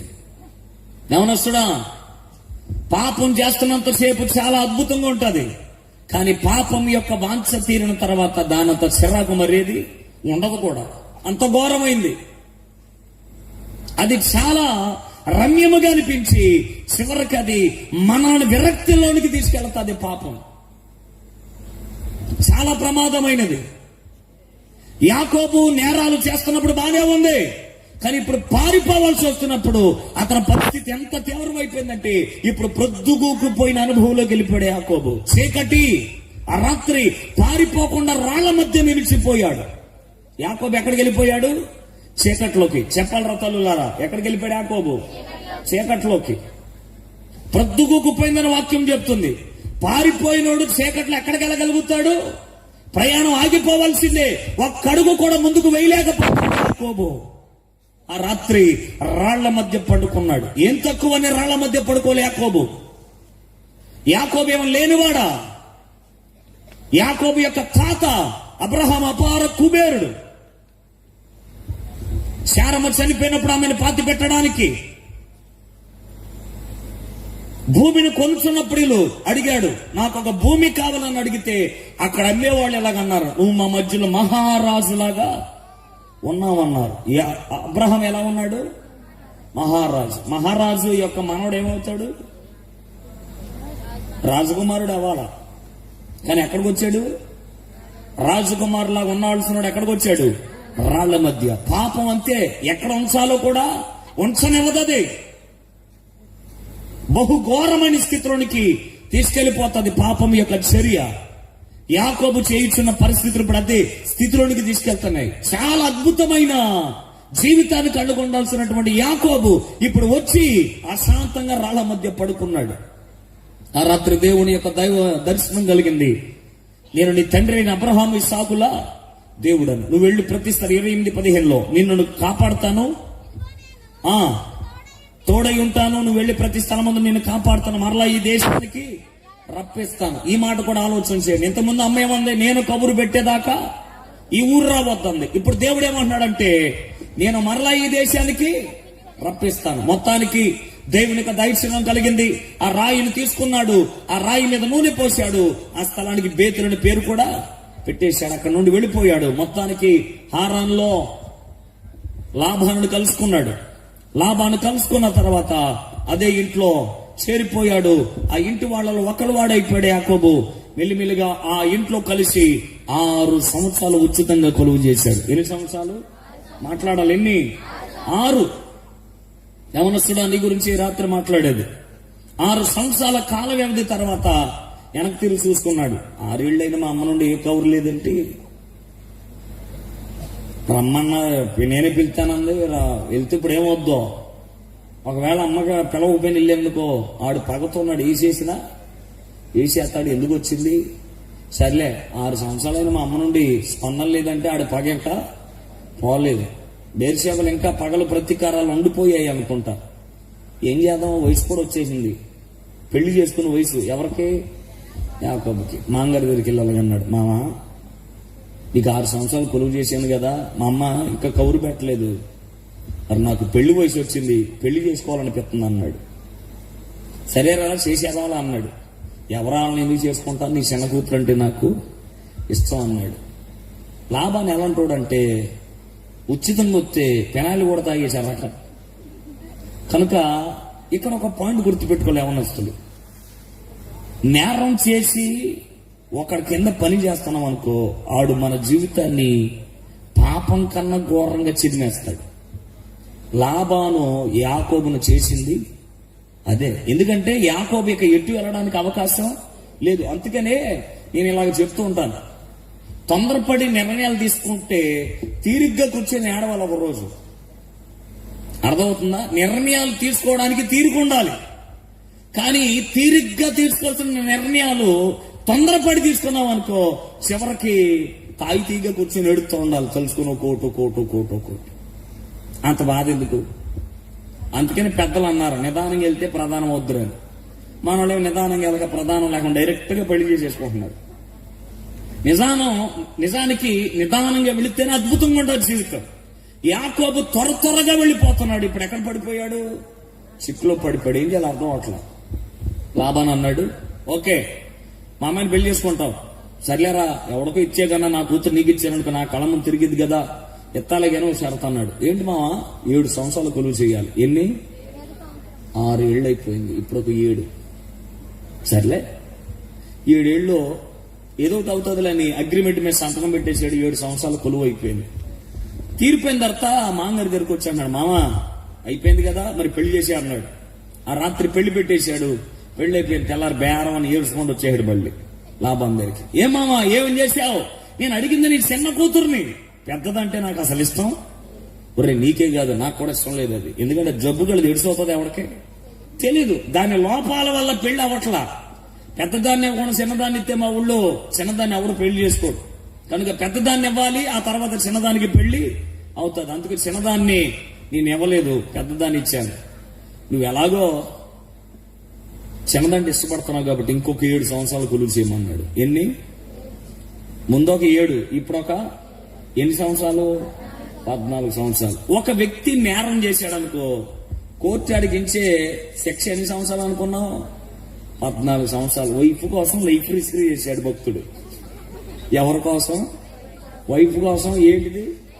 లైఫ్ రిస్క్ లో పెట్టాడు. 14 సంవత్సరాలంటే ఒక వ్యక్తి నేరం చేసిన వ్యక్తితో సమానం. ప్రేమ గుడ్డుదన్నారు కానీ మరి ఎంత గుడ్డుదని సంగతి నాకు తెలియలే. 14 సంవత్సరాలు గుడ్డుగా ఎదిగాడు. నేను ఒక మాట అంటాను, మన జీవితాల్లో వివాహాలు కూడా దైవ చిత్తానుసారంగా జరిగితే చాలా అద్భుతంగా ఉంటాయి, చాలా అందంగా కూడా ఉంటాయి. దైవ చిత్తానుసారంగా జరిగిన ఆ వివాహంలో నుండి వచ్చిన పిల్లలు ప్రపంచానికి ఆశీర్వాదకరంగా ఉంటారు. అర్థమవుతుందా? నేను మరలా చెప్తున్నాను, దైవ చిత్తానుసారంగా జరిగిన వివాహాల్లో పుట్టిన పిల్లలు ప్రపంచానికి, సంఘానికి, సమాజానికి దీవెనకరంగా ఉంటారు. అది ఎప్పుడు గుర్తుపెట్టుకోవాలి. యాకోబు తన జీవితంలో చేసిన పరిస్థితులు 7:14 ముందొక 6 మొత్తం ఎన్ని సంవత్సరాలు? 20 సంవత్సరాలు. త్వరగా వినండి, ముగిస్తున్నాను, కన్క్లూజన్కి వచ్చారు. 20 సంవత్సరాల్లో యాకోబు దగ్గరికి అమ్మ నుండి ఎటువంటి కబురు రాలా. 20 సంవత్సరాలు అయిన తర్వాత అమ్మ మరిచిపోయిందేమో గాని 20 సంవత్సరాల క్రితం చెప్పిన దేవుడు మాత్రం మర్చిపోలే. మరలా నిన్ను ఈ దేశానికి రప్పిస్తా. అలాగే ఆ రాత్రి దేవుడు వచ్చేలాగన్నాడు. 31:13 నువ్వెక్కడ స్తంభం మీద నూనె పోసితువో, ఎక్కడ నాకు మొక్కుబడి చేసితువో ఆ బేతేలు దేవుడను నేనే. గట్టిగా చెప్పకూడదమ్మా. అందుకని వాక్యం చెప్తుంది అలాగా, మనుషులను రాజులను కాదు నమ్మాల్సింది, యెహోవాను. యాకోబు మనుషుల మీద నమ్మినంత కాలం జీవితం ఇలాగే ఉండిపోయింది. అమ్మ చెప్పినట్లు ఆడి చివరికి అతను పతనమైపోయాడు. నేను ఇక్కడ ఒక మాట చెప్పాలి యవనస్తులకి, మీరు ఇంటికి వెళ్ళాక యాకోబు ఎలాగైనా సంకనాగిపోయింది అని మాట ఏమన్నా అనొద్దు దయచేసి. అర్థమవుతుందా? అమ్మ తప్పుడు త్రోవలో నడిపించింది కొడుకుని. తల్లిదండ్రులు కొంతమంది ఇలాగే ఉన్నారు. అలాంటి వాళ్ళని బట్టి జాగ్రత్తగా ఉండాలేమో కానీ తల్లిదండ్రులు చాలా మంచి వ్యక్తులు, లేకపోతే ఇంత నీ క్రిస్మస్ పెట్టడానికి నీ దగ్గర డబ్బులు ఎక్కడయ్యాయి? లాజిక్కేనా? ఏమన్నా వీళ్ళ దగ్గర ఏమైనా ఉన్నాయండి? ఉన్నాయి తమ్ముడా, బాగా ఒప్పుకున్నాడు. ఎవరిచ్చారు? బాగా, అంతే. పైరేమో మీది, డబ్బులేమో. కానీ అన్ని నీ ఆశలు అవసరతలు తీర్చడానికి వారి చేతుల్లో వారి జోబులో ఉన్న ధనమును ఖర్చు చేస్తున్నారు. ఎందుకంటే నీ మీద ఉన్న నమ్మకం. కానీ ఆ నమ్మకానికి తూట్లు పొడిచే యవనస్తులు ఎక్కువైపోయారు. దయచేసి అలా చేయొద్దు. రెబెకా లాంటి తల్లిదండ్రులు ఉంటే జాగ్రత్త పడండి. కానీ రెబెకా కన్నా బెటర్ దెన్ తల్లిదండ్రులు ఉంటే వాళ్ళు చెప్పు చేతల వలన మనకు ప్రయోజనకరం. స్తోత్రం కలుగును గాక. మా అమ్మ నాన్న మంచి ప్రార్థన పరులు, అందుకనే నాకు వాళ్ళు వెన్నుముక్కలు అంటూ. నేను ఇలా వాడబడ్డానికి నా వెనకాల ప్రార్థన చేసే ఓ తల్లిదండ్రులు నేను కలిగి ఉండడం నా జీవితంలో చేసుకున్న మొదటి ధన్యత. తల్లిదండ్రులు ప్రార్థనా పరులైతే పిల్లలు ప్రపంచాలు ఏలుతారు. అది అంతేగాని టీవీ రిమోట్ పెట్టుకుని నొక్కుతా ఉంటే వాళ్ళు ఏదో ఒకటి నొక్కుకుంటానే బతుకుతారు. నీ పిల్లల కోసం ప్రార్థన చేయాలి. అందుకని తల్లిదండ్రుల ప్రార్థన ప్రాకారంగా మార్చబడతాది. వారి కన్నీరు బిడ్డలకి కవసంగా మార్చబడతారు. తల్లిదండ్రుల ప్రార్థన ఎప్పుడు బిడ్డలను ప్రయోజకులుగా చేస్తారు. రెబెకా చేయలే కొడుకు గురించి, పాడు చేసే ఆలోచనలే. మొత్తానికి 20 ఏళ్ల తర్వాత ఎవరు పలకరించారు? మాట్లాడాలి. దేవుడు పలకరించాడు. మోటములు సర్దుకొని దేవుడు చెప్పిన మళ్ళా ఊరికొచ్చేసాడు. ఇప్పుడు తిరిగి తన దేశానికి వస్తున్నప్పుడు సావు కౌరు చల్లగా అందింది యాకోబుకి. 20 ఏళ్ల క్రిందట ఎవరికి భయపడ్డాడో 20 సంవత్సరాల క్రితం ఏ అన్నకు జడిచాడు, ఏ కత్తికి జడిచాడు, ఏ మరణానికి జడిచి పారిపోయాడో ఇప్పుడు అదే మరణం అతనికి ఎదురొస్తుంది. యవనస్తులారా, వాక్యం ఇలా చెప్తుంది, యవనస్తులు తప్పక తొట్టిల్లుతారు. ఎందుకంటే ఆ వయసు అలాంటిది. తొట్టిల్లడం సహజమే, పాపంలో పడిపోవడం సహజమే. కానీ పడిపోయి ఉండిపోవడమే అసలైన నేరం. పడిపోయినోడు పడిపోయిన స్థితిలో ఉండకూడదు. పాపమును ఏం చేయాలి? అతిక్రమములు దాచిపెట్టుకోనకుండా వాటిని ఒప్పుకొని విడిచిపెట్టువాడు దేవుని చేత కనికరము పొందుతాడని వాక్యం చెప్తుంది. ఫెయిల్యూర్ అనేది సహజం, అందరికి వచ్చేది. కానీ ఆ ఫెయిల్యూర్ లో ఉండిపోవడమే మనం చేసే అసలైన నేరం. ఫెయిల్యూర్ ని విడిచిపెట్టాలి. ఆ స్థితిలో నుండి లేచి పోరాటం అనేది చేయాలి. ఆగిపోయేవాడే, పడిపోయి సత్యలు పడిపోయినాడే ఫెయిల్యూర్ తో ఏకీభవించిన వాడిగా ఉంటాడు. యాకోబు లేచి బయలుదేరి వెళుతున్నాడు. సమస్య ఇప్పుడు ఎదురైంది. ఇంతకుముందే చెప్పాను, సమస్య నుండి ఎప్పుడు పారిపోవద్దని. ఎందుకు చెప్పానంటే సమస్యకు రూపం మార్చుకుంటుంది. 20 ఏళ్ల కిందట దొరికితే అన్నయ్యకి ఒక్కడి చేతిలోనే దెబ్బలాడు ఏదో విధంగా తప్పించుకునేవాడు. కానీ ఇప్పుడు ఎంతమంది మాట్లాడాలి? 400 మంది. చెల్లెళ్ళు ఎంతమంది? సమస్య పెరిగిందా తరిగిందా? మాట్లాడాలి. పెరిగింది. 20 ఏళ్లలో ఎంత పెరిగిందంటే 4 అంతల పైనే పెరిగింది. 400 మంది అంటే మాటలా. 20 ఏళ్ల కింద పోతే ఒకరి చేతులు పోయేవాడు. ఇప్పుడు ఎంతమంది? నరికితే 400 మొక్కలు అవుతాడు. సమస్య పెరిగింది కానీ తరగలు. అందుకే చెప్తున్నాను, యవనస్తులు తొట్టిల్లినప్పుడు వెంటనే ప్రభు దగ్గరికి రావాలి. ప్రభు తెలియక ఇలా చేశాను, దయచేసి నన్ను నీ కృప నుండి దూరం చేయొద్దు, నీ సన్నిధి నుండి త్రోసేయొద్దు, సమ్మతి గల మనసును అంగీకరించే హృదయాన్ని నాకు ఇవ్వండి. ఒప్పుకుంటే దేవుడు కనికరిస్తాడు, సమస్యలో సొల్యూషన్ కూడా ఇస్తాడు ఆయన. అందుకని వాక్యం ఏం చెప్తుంది, శోధనలో కూడా ఆయన తప్పించుకునే మార్గాలు సిద్ధం చేయగలిగినాడు. యాకోబు 400 మందికి ఎదురుగా వెళ్ళడం ధైర్యం లేక ఇలాగ ఆలోచించాడు. 20 ఏళ్ల కిందట మా అన్నయ్యకి నా మొహమే తెలుసు కానీ మా ఆవిడ మొహాలు, నా పిల్లల మొహాలు తెలియదు కదా అని తాను సంపాదించిన ఆస్తిలో పిల్లల్ని భార్యలందరినీ 2 భాగాలుగా చేసి పంపించేసి ఎబ్బోకు రేవు దగ్గర ఆగిపోయాడు యాకోబు. ఆ రాత్రి దేవుని పాదాలు పట్టుకున్నాడు. ఎప్పుడు మోకరించాడో తెలియదు కానీ తెల్లవారిపోతుంది. ప్రభు వచ్చి ఇలాగన్నాడు, ఇక నన్ను వదిలేస్తే నేను వెళ్ళిపోతాను. చివరి 10 minutes చాలా జాగ్రత్తగా వినండి. యాకోబు దేవునికి ఇలాగ అడుగుతున్నాడు, ఎక్కడికి వెళ్తావయ్యో వదిలేసి నన్ను దాటి నువ్వు ఎక్కడికి వెళ్దాం అనుకుంటావు? నా వెనకాల ఇప్పుడు ఎంతమంది ఉన్నారో తెలుసా? 400 మంది. ఒకడు 2 చేతులు తప్పించుకునే అంత సామర్థ్యం నాకు లేదు. 400 మంది చేతులు తప్పించుకోవడం నా వల్ల కాదయ్యా. చివరికి అతడు ఎవరికి సరౌండ్ అయిపోయాడు? యవనస్తులారు వినాలి, ఎవరికి? దేవునికి లోబడిపోయి ఏడుస్తున్నాడు. దయచేసి మా అన్ని చేతుల నుండి నన్ను తప్పించు, వాడి మరణానికి నన్ను అప్పగించొద్దు. యాకోబు దేవుని పాదాలు పట్టుకుని అడుగుతున్నాడు. దేవుడు ఏం మాట్లాడట్లా. చాలాసేపు అయిపోయింది, తెల్లవారిపోతుంది. దేవుడు చాచి కొట్టాడు యాకోబు తొడను, అంతే. తొడగొట్టిన నరం ఏమైపోయింది? బైబిల్లో దేవుని చేత దెబ్బతిని బతుకునోడు యాకోబు ఒక్కడే. దేవుడు కూడా ఎవరిని కొట్ల, ఒక్క యాకోబుని కొట్టాడు.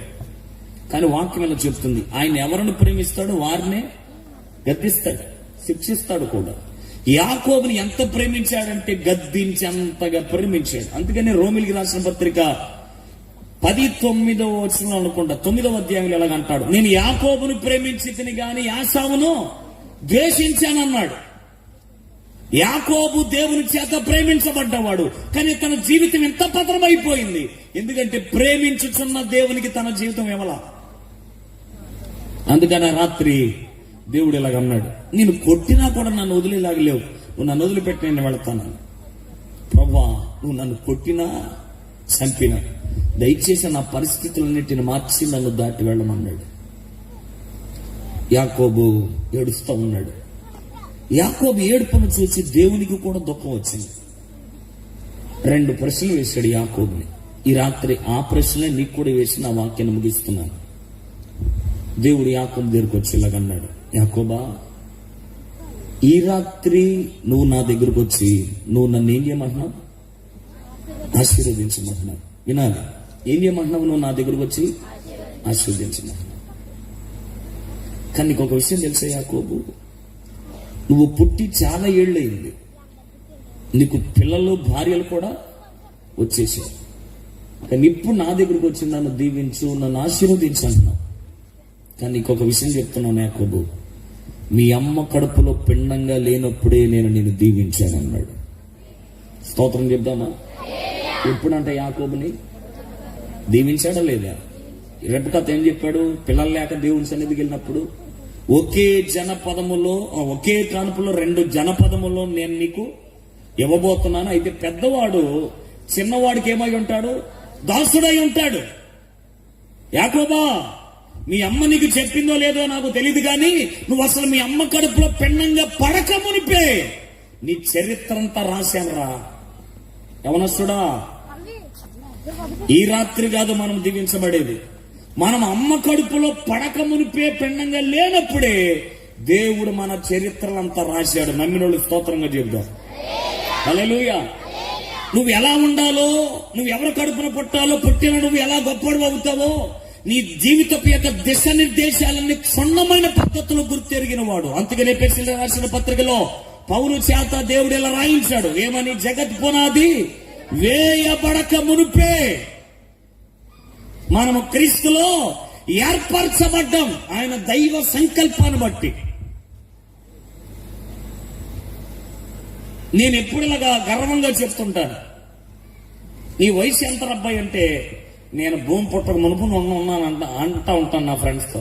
ఎందుకంటే భూమికి పునాదులు, జగత్ పునాది వేయబడక మునిపే నేను దేవునిలో ఉన్నాను. ఆయనలో ఉన్న నాకు శరీరాన్ని ఇవ్వడానికి మాత్రం కొన్ని వేల సంవత్సరాలు పట్టింది నాకు. నిన్ను గురించి దేవుడు ఎప్పుడు తలంచాడంటే ఇప్పుడు కాదు, నీ వయసుని బట్టి లెక్కేసుకుంటే నా 20 ఏళ్ల క్రిందతో లేదా 25 ఏళ్ల క్రిందతో దేవుడు నన్ను గుర్తుపెట్టుకున్నాడు, అందుకే మా అమ్మా నాన్న కడుపులో పడేశాడని కాదు. చిన్నమలం అనే ఊరిలో నువ్వు ఎప్పుడు పుట్టాలో ఈ ఆకాశ మహాకాశాలు భూములు ఏవి లేనప్పుడే ఆయన ఇలాగ అనుకున్నాడంట, చిన్నమలంలో పలానా ఉదయని కుమారుని పుట్టించాలని. దేవునికి స్తోత్రం. పలానా వ్యక్తిని, పలానా అమ్మాయిని పలానా ఊళ్ళో నేను పుట్టించాలి, ఆ వ్యక్తికి జీవితాన్ని ఇచ్చిన దేవుడు ఎప్పుడో సంకల్పించాడు. యాకోబును కూడా అమ్మ కడుపులో పెండంగా లేనప్పుడే రూపకల్పన చేసి చెప్పాడు, యాకోబే తలగా ఉంటాడు, యాసావు తోకగా ఉంటాడు. నిన్ను చిన్నప్పుడు పుట్టక మునిపే దీవిస్తే నువ్వు మనుషుల దీవెన కొరకు పరిగెత్తేవి కానీ నా దీవెన నువ్వు పొందుకోలేకపోయావు. యాకోబు, నీలో ఉన్న ఈ మొదటి పాపాన్ని బట్టి నాకు బాధ కలుగుతుంది. నన్ను చిన్నప్పుడే దీవించావన్న సంగతి నాకు తెలియలేదు ప్రభువా, నాకు నీ దీవెన ఎక్కువ, నన్ను దీవించు. ఇంతకాలం మనుషుల దీవెన కోసం వెళ్ళి నేను చాలా తప్పుడు పని చేశాను. యాకోబు తన తప్పును దాన్ని తెలుసుకుని దేవుని పాదాల మీద పడి ఏడుస్తూ ఉంటుంటే రెండవ ప్రశ్న దేవుడు యాకోబు కలిగేశాడు. యవనస్తుడా, ఈ ప్రశ్న మనందరికీ గుర్తుకోవాలి ఖచ్చితంగా. ఏంటి ఆ ప్రశ్న అంటే, యాకోబు పుట్టిన రోజు నుండి ఈ రోజు వరకు ఎప్పుడైనా నువ్వులాగా బతికావా అని అడిగాడు. యవనస్తుడా, వింటున్నావు ఈ మాట? ఏమడిగాడు? నువ్వులాగా బతికావా? మిమ్మల్ని కూడా అడుగుతున్నావు, నువ్వులాగా బతుకుతున్నావా? నీలో నువ్వు ఉన్నావా? నీ లోపల ఇంకెవరైనా ఉన్నారా? నువ్వు ఎవరిలాగా బ్రతుకుతున్నావు? ఎవరిని అనుసరిస్తున్నావు? ఎవరిని అనుకరిస్తున్నావు? ఎవరిని ఫాలో అవుతున్నావు? ఎవరిని ఇమిటేషన్ చేసి బతుకుతున్నావు? ఇప్పుడు ఉన్న యువతరానికున్న ప్రధానమైన లోపం ఏంటంటే ఆళ్ళలో ఉంటలా, వేరే వాళ్ళు ఉంటున్నాడు. నిజం. ఎందుకంటున్నానంటే ఇది ఒక బాధతోనే చెప్తున్నాను. దేవుడు చేత మనం దీవించబడాలంటే నువ్వులాగుంటేనే దేవుడు నిన్ను దీవిస్తాడు. ఎందుకంటే ఇప్పుడున్న జనరేషన్ టీవీ ప్రపంచానికి సినిమా ప్రపంచానికి అలవాటు పడిపోయి ఆ హీరో ఉన్న టీడీలోగా ఈడు కూడా మారిపోతున్నాడు, రూపాంతరం చెందుతున్నాడు. అమ్మాయిలు కూడా హీరోయిన్ లాగా పూర్తిగా చేంజ్ అయిపోతున్నారు. అప్పుడు ఎప్పుడో 9th లోనో 10th లో నేను ఉన్నప్పుడు చంద్రముఖి సినిమా వచ్చింది. ఇప్పుడంటే చూడట్లేదు కానీ అప్పుడు చంద్రముఖి సినిమా చూసినప్పుడు ఒక డైలాగ్ ఉంటుంది, మీ అందరికి తెలుసు.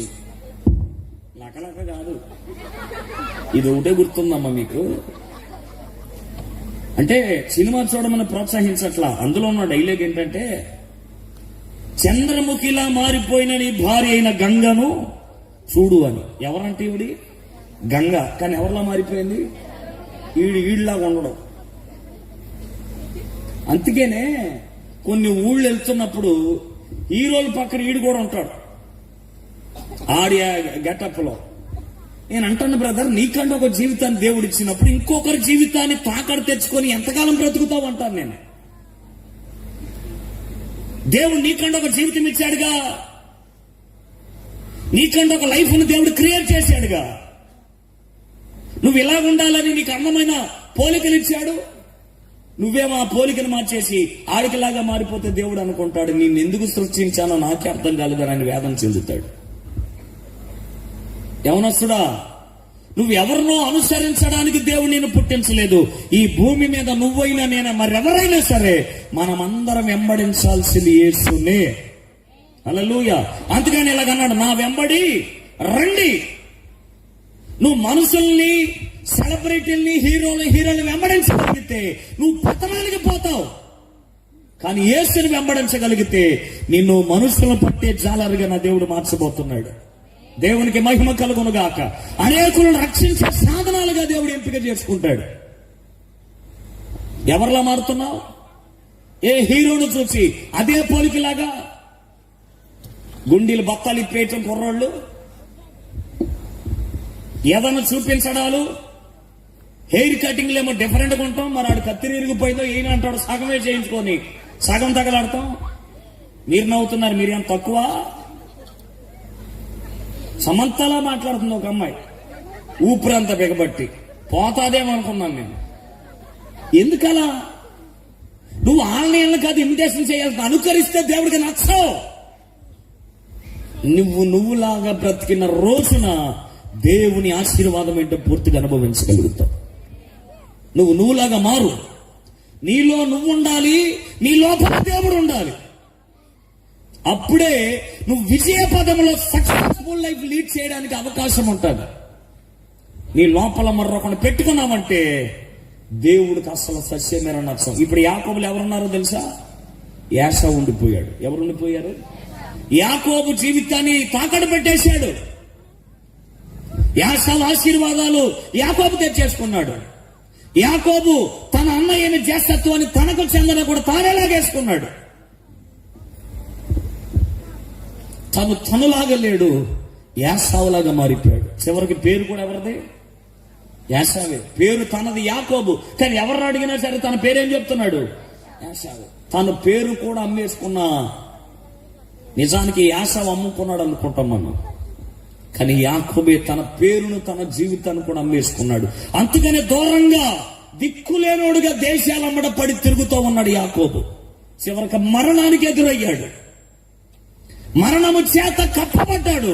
ఏ క్షణమైన మరణం ఇతను మిరింగేయొచ్చు. వెంటనే యాకోబు అలర్ట్ అయ్యాడు. అయ్యో, నేను మా అన్నయ్య దీవెన పొందుకుంటున్నాను అనుకున్నాను, కానీ ఆశీర్వాదాలు లేనోడు జీవితాన్ని నా జీవితంలో తెచ్చుకున్నానన్న స్పృహ నేను కోల్పోయాను. నిజానికి యాసావు మన దృష్టిలో మంచోడే, కానీ దేవుని దృష్టిలో యాసావు వాగ్దానాలు లేనోడు. యాసావు జీవితం ఏంటో తెలుసా? యాకోబు కాళ్ళ క్రింద ఉండాలి, యాకోబే తలలాగా ఉండాలి. కానీ యాకోబు ఎవరిలాగా మారిపోయాడు? యాసావులాగా మారిపోయాడు. యాసావేమో యాకోబు ఉన్న తలలాగా మారిపోయాడు. యాసావు ఎప్పుడు యాకోబు కాళ్ళ దగ్గరే, యాకోబు ఎప్పుడు తలగానే బ్రతకాలి. కానీ ఈ రోజుల్లో కూడా చాలా మంది తలలు పైకెత్తుకొని గంభీరంగా బ్రతకాల్సిన జీవితాలు ఈ రోజున తలలు దించుకొని బ్రతుకోవడానికి, దాగి బ్రతకడానికి గల కారణం ఏంటంటే వాళ్లలో ఒకరిని పెట్టుకుని బ్రతుకుతున్నారు. నిన్ను కలగజేసిన సృష్టికర్తకు చోటు ఇవ్వలేదు, కానీ మధ్యలో వచ్చిన వాళ్ళకి జీవితాలే ధారాళంగా పోయిచున్న వ్యక్తులు. యవనస్తుడా, ఇది చాలా ప్రమాదభరితమైనది. అందుకు యాకోబులో ఉన్న దోషాలు అతనికి అర్థమైన తర్వాత తను ఇలాగన్నాడు, ఇంకెప్పుడు మా అన్నయ్యలాగా నేను బ్రతుకును. అందుకని ఆ రాత్రంతా యాకోబుతో దేవుడు ఎందుకు పెనుగులాడాడంటే యాకోబులో యాసావు పాతుకుపోయి ఉన్నాడు. అందుకు యాసావును బయటికి లాగడానికి దేవుని ప్రయత్నం. ఈ రాత్రి నువ్వు కూడా దేవునితో డిబేట్ అవితే, ఎన్కౌంటర్ అవ్వగలిగితే ఖచ్చితంగా నీళ్ళు ఉండిన థర్డ్ పర్సన్ బయటికి లాగుతాడు. ఇప్పుడు ఆయన నీళ్ళలోనికి ప్రవేశిస్తాడు. ఆమె యాకోబులో ఉన్న యాసావును బయటికి లాగాడు. అప్పుడు దేవుడు అడిగాడు, రై నీ పేరు ఏంటో చెప్పమని. అప్పుడు యాసావును బయటికి తీసుకున్న తర్వాత తాను ఇప్పుడు ఎలా చెబుతున్నాడు, నా పేరేంటి? యాకోబు. ఇప్పుడు తనలో ఉన్న యాసావు బయటకు వచ్చేసాడు. అందుకు యాకోబు తన పేరు ఒప్పుకున్న తర్వాత ఎలాగన్నాడు, ఇక నుండి నీ పేరు ఎవరని అడిగితే నీ పేరేమని చెప్పాలి? ఇశ్రాయేలు అని చెప్పమన్నాడు. స్తోత్రం. ఎప్పుడైతే దేవుడు అలాగే యాకోబుని ఆశీర్వదించాడో అప్పుడు అతడు దేవుని ముఖాన్ని చూశాడు. చదువుదామా చివరి మాట 20 చదువుదాం ఒకసారి. అది కాదమ్మా 32-30వ వచనం. యాకోబు, నేను ముఖాముఖిగా దేవుని చూచి తిని, అయినను నా ప్రాణము నాకు దక్కినదని చెప్పి ఆ స్థలమునకు పెనియేలని పేరు పెట్టాను. అతడు పెనియేలు నుండి సాగిపోయినప్పుడు సూర్యోదయమాయను. గట్టిగా చప్పలు కొడదామా? 20 ఏళ్ల క్రిందట అతడు పొద్దుగుకు అనుభవంలోకి వెళ్ళిన యాకోబు ఇప్పుడు ఎప్పుడైతే దేవునితో సమాధాన పడ్డాడో వెళ్లిపోయిన సూర్యుడు మరల ఇప్పుడు యాకోబులో ఉదయించడం ప్రారంభించాడు. ఇప్పుడు చీకటి తెరలుగా అలుముకొని ఉన్న చీకటి ఎప్పుడైతే నీతి సూర్యుని సెగ తగిలిందో తెరలని చిరిగిపోయాయి. అందుకు దేవుడు ఇలాగన్నాడు, యాకోబులో నక్షత్రం ఉదయించింది.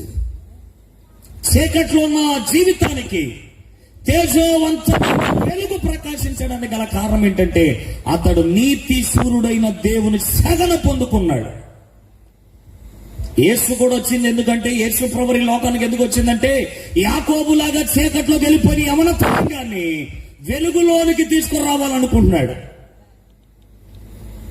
అందుకనే ఎక్కువగా యవనస్తులు చదవాల్సిన గ్రంథం ఏంటంటే 1 యోహాను పత్రిక చదవాలి. యవనస్తులకి నేను సజెషన్ ఇస్తాను.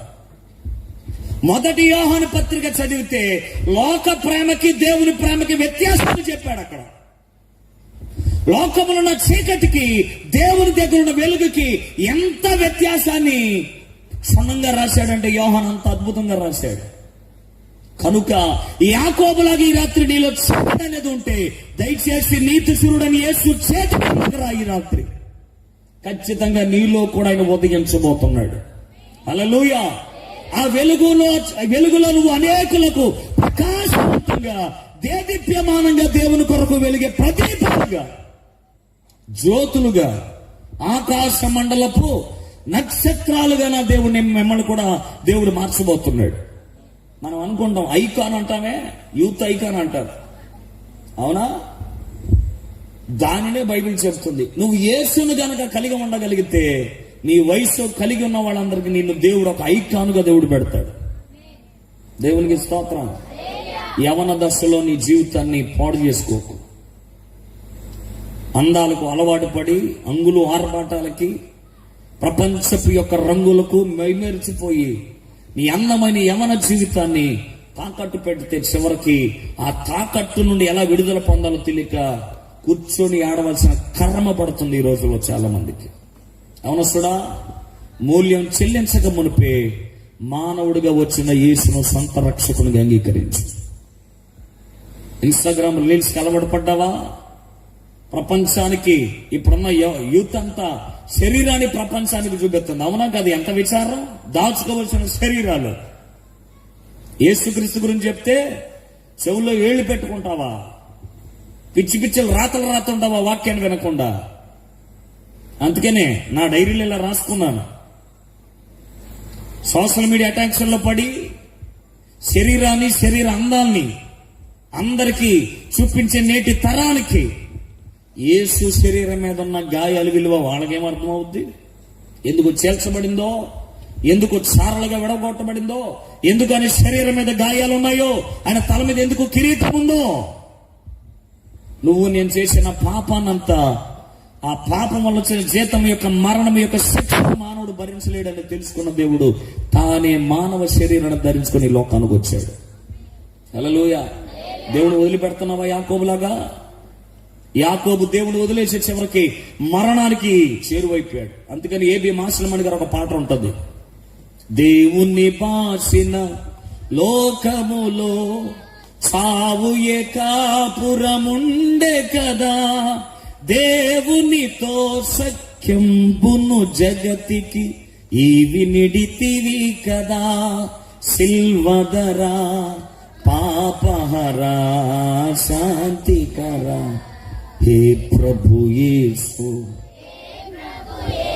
దేవుని బాసిన లోకములో దేవుడు వద్దు నాకు అనుకున్న యవనస్తుడా. ఏబి మాసిలమణి గారు తమిళ బ్రాహ్మణుడు. ఆయన అంటాడు, దేవుడు లేని సమాజాల్లో మరణం వచ్చి కాపురం పెడతాదంట. దేవుడుంటే మరణం ఆవళ్ళకుంటది.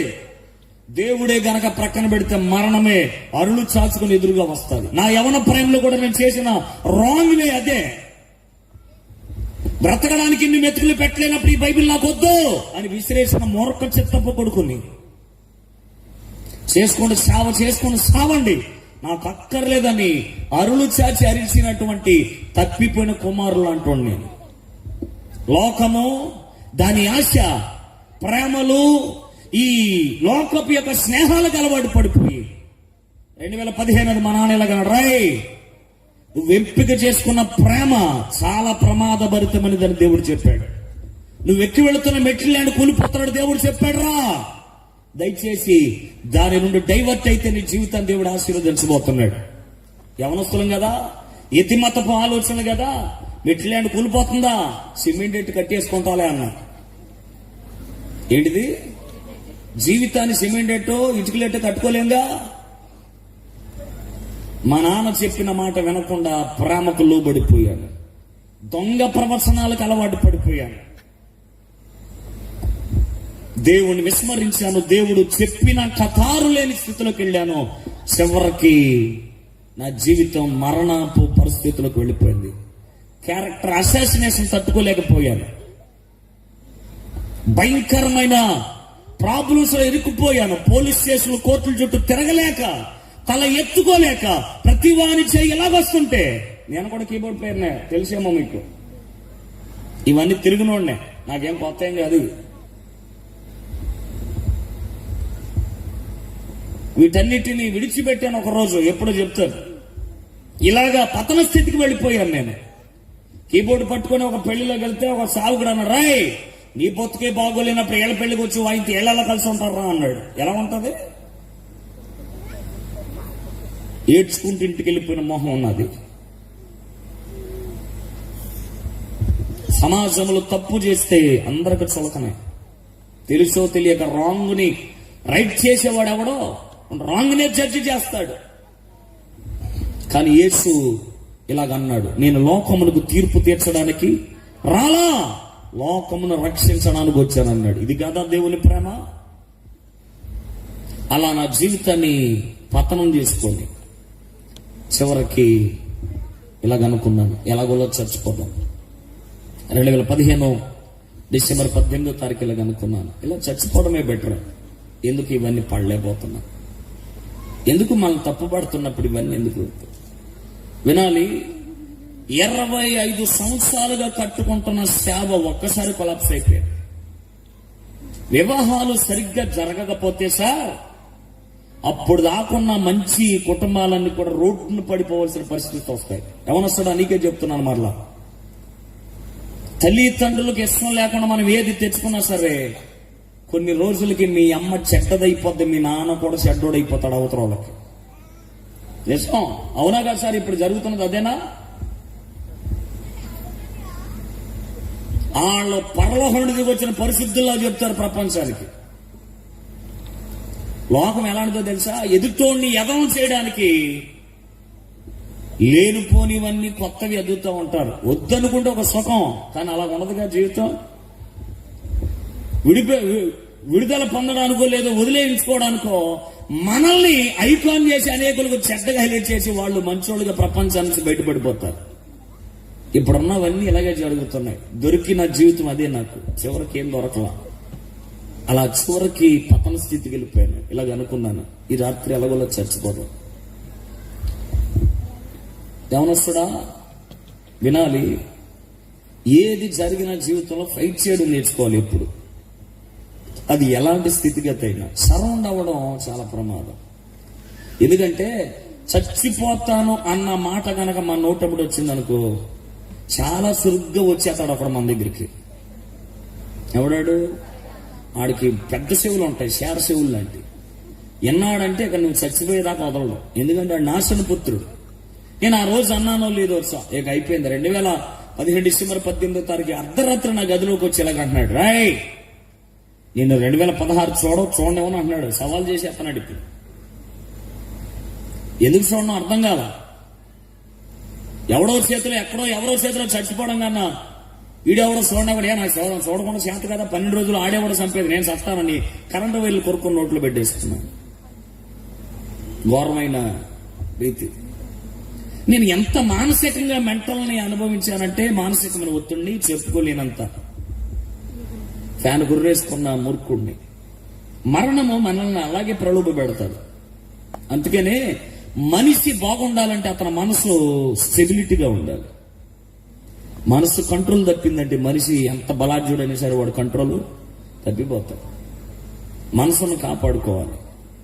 ఆ తప్పిపోతున్న మనసును దర్శించి మంచి మనసుని ఇవ్వడానికి వచ్చినోడు యేసుప్రభువు వారు. అందుకే పుట్టింది ఆయన, మన మనస్తత్వాన్ని క్షుణ్ణంగా అర్థం చేసుకోవడానికి. ఆ రోజు నేను అదే చివరికి ఎదుర్కొన్నాను. ఆ మానసిక ఒత్తిడి నుండి బయటపడడం చేతకాక ఆ రెండే కాకుండా పాయిజన్ కూడా తాగేసి, అయినా అక్కడ తాగల. బండి చాలా వేగంగా డ్రైవ్ చేసుకుంటూ వెళ్ళి స్పీడ్గా వస్తున్న లారీ కింద పెట్టేసి ఇదంతా చీలిపోయి రక్తపు గొల్లుగా మారిపోయింది. మరణానికి ఎదురు వెళ్ళి మరణమే రోజు నాకు చాలా తీపిగా అనిపించింది. కానీ చివరికి ఇన్ని మరణాలకు ఎదురైనా సరే దేవుని ప్రణాళిక ఇలాగ ఉందని కూడా బహుశా. అందుకని ఏ రోజు నన్ను మరణానికి అప్పగించలేదు దేవుడు. ఆశ్చర్యం దేవుని ప్రేమ నా విషయంలో. అయినా సరే నా మనస్తత్వం మారలేదు. డిసెంబర్ 23వ తారీఖు అర్ధరాత్రి ఒప్టేరు బ్రిడ్జి మీద నుండి దూకి చచ్చిపోదామని వెళ్ళిపోయాను. ఆ రాత్రి చాలా ఏడ్చిన మనిషిని, అద్దంలో నా మొక్కాన్ని నేనే చూసుకుని ఉమ్మేసుకుని నా జీవితాన్ని శపించుకున్న వాడిని. ఎవరు మంచోళ్ళు నా జీవితంలో ఉండడం అనుకున్నానో అదే నా జీవితంలో చెయ్యరాని ఒక నేరపు పరిస్థితులకు తీసుకెళ్ళిపోయి బ్రతకాలన్న ఆలోచనలో కలగట్లేదు. ఇక నా జీవితం ఇలా కనిపించింది. ఏదో జీవితం ఎన్ని సావులకి ఎదురెళ్ళినా రావట్లేదు. ఇలా కాదని ఇంటర్మీడియట్ నా ఫ్రెండ్స్ చనిపోయిన సూసైడ్ స్పాట్కి వెళ్ళిపోయి ఇలాగ అనుకున్నాను. ఈ రాత్రి ఇక్కడ దూకి చచ్చిపోతాను. వెళ్ళి ఆ బ్రిడ్జి మీద నిలబడి, జాన్ ఏం సాధించామన్నారు బ్రతకలి ప్రపంచంలో? చచ్చిపోతే కనీసం అప్పుడైనా గౌరవం దక్కిద్ది. ఎందుకంటే చచ్చిపోయిన మర్యాదకి తీసుకెళ్ళి ఏం చేస్తారు? సమాధి చేస్తారు. అదైనా దక్కిద్దిరా. బతుకుంటే ఎవడు నీ వైపు పలకరించడం నవ్వుతా. అందరూ బ్లేమ్ చేసేవాళ్ళే, క్యారెక్టర్ అసాసినేషన్ చేసేవాళ్ళే. తీసుకెళ్ళు ప్రాణనాశ ఏట్లో ఉప్టేరులో దూకి చచ్చిపో. ఆ రాత్రి ఆ బ్రిడ్జి మీద నిలవబడి ఉన్నాను. ఏడ్చుకుంటూ చచ్చిపోదామని ఆ బ్రిడ్జి మీద నిలవబడగా ఆ రాత్రి దైవ దర్శనం నాతో కలిగింది. స్తోత్రం కలుగునుగాక. దేవుని స్వరం నాతో ఇలా మాట్లాడుతుంది, నా కుమారుడా, నీ తండ్రి అయిన మోసే దేవుణ్ణి. మా నాన్నగారి పేరు మోసే గారు, మా అమ్మగారి పేరు లూదియా. ఎందుకు మా నాన్నగారి పేరు చెప్పి ప్రత్యక్షమయ్యాడంట? ఆ రాత్రి మా అమ్మ నాన్న క్రిస్మస్ ముగించుకుని ఇంట్లోకి వచ్చి ప్రార్థన చేస్తున్నారంట. నిద్రపోతుండే దేవుడు ఇలా చెప్పాడు, నీ కొడుకు చావడానికి వెళ్ళాడని హెచ్చరిక చెప్పి గద్దించగానే మా అమ్మ నాన్న గుండెలు బాదుకుంటూ దేవుని మందిరానికి వెళ్ళి, ప్రభా నా కొడుకు చావకూడదు. ఏ చేత్తో బైబిల్ ఇస్తాడు అదే చేత్తో నా కొడుకు మరలా బైబిల్ పట్టుకోవాలా. ఏ నోటితో సేవ చేయనన్నాడు అదే నోటితో నేను సేవించి ప్రకటించే సేవకుడిగా మార్చు. నా కొడుకు చేసిన ప్రతి దోషాలు మా తల మీద పెట్టుకుని ఒప్పుకుంటున్నామని మా అమ్మ నాన్న ఏడ్చుకుంటూ చేసిన ప్రార్థనలు ఫలించాయి ఆ రాత్రి. హల్లెలూయా. అందుకే చెప్పాను, తల్లిదండ్రులారా, మీ ప్రార్థన ప్రాకారం అవుతుంది మీ పిల్లలకి. నీ కన్నీరు కవచంలా కప్పుతారు మీ బిడ్డలని. నా జీవితంలో నా తల్లిదండ్రుల ప్రార్థన నన్ను మరణము నుండి తప్పించింది. నా మంచితనం కాదు అది. ఒకటి దేవుని మహాకృప, రెండవది నా తల్లిదండ్రుల యొక్క ప్రార్థనా ప్రభావం నన్ను పట్టుకుంది పాతాళానికి పోకుండా. ఆ రాత్రి ప్రభు మాట్లాడుతున్నాడు, నీకు అక్కర్లేని జీవితం నాకు ఇస్తావా? ఎందుకు పనికిరా నా లైఫ్ నా చేతులు పెట్టు. మహిమకరమైన పాత్రగా నిన్ను మలచబోతున్నాను. నా విధేయతలు, నా పతనాలు, నా పాపాలు, నా తిరుగుబాట్లు, నా విచ్చలవిడితనానికి అలవాటు పడిన యవన పాడు జీవితాన్ని దేవుని ముందు పడి ఒప్పుకున్నాను. ఇంకెప్పుడు నేను ఇలా చేయనయ్యా. నా పత్రం నాకు అర్థమైంది.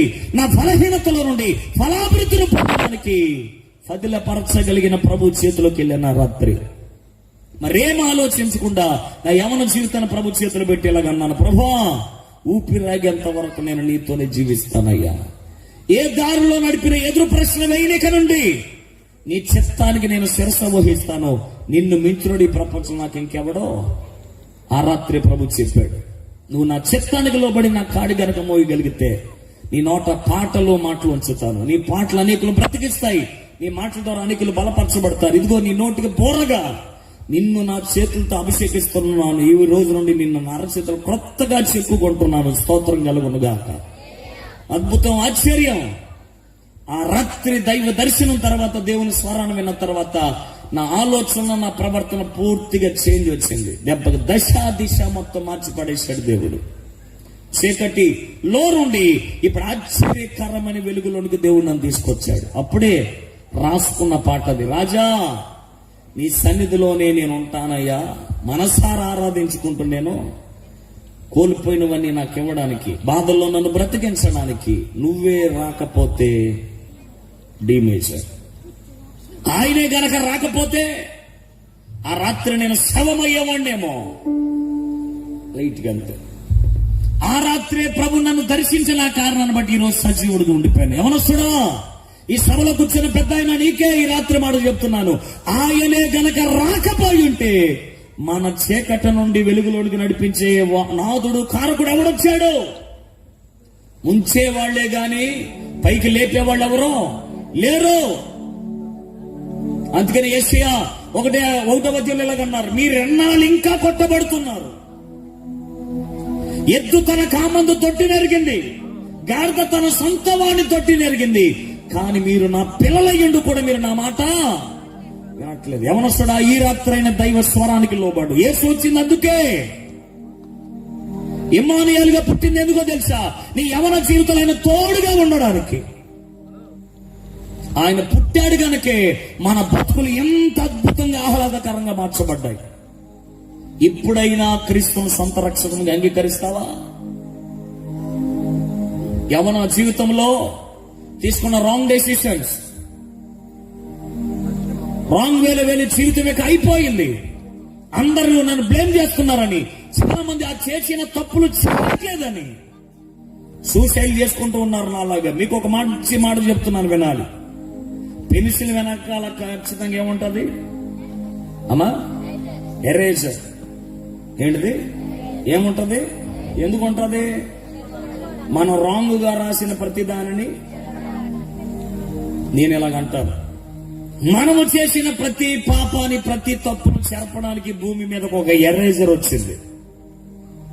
ఆ ఎరేజర్ ఎవరంటే నేను ప్రకటించుచున్న యేసుక్రీస్తు రక్తం. అది ఆ రక్తమే ప్రతి పాపం నుండి మనల్ని చెరిపి శుద్ధ సువర్ణంగా మార్చగలుగుతాడు. అందుకనే ఒకడు తన పాపములు ఒప్పుకొని ఎడల ఆయన నీతిమంతుడుగాను నమ్మదగిన వాడుగాను ఉండబోతున్నాడు ఈ రాత్రి.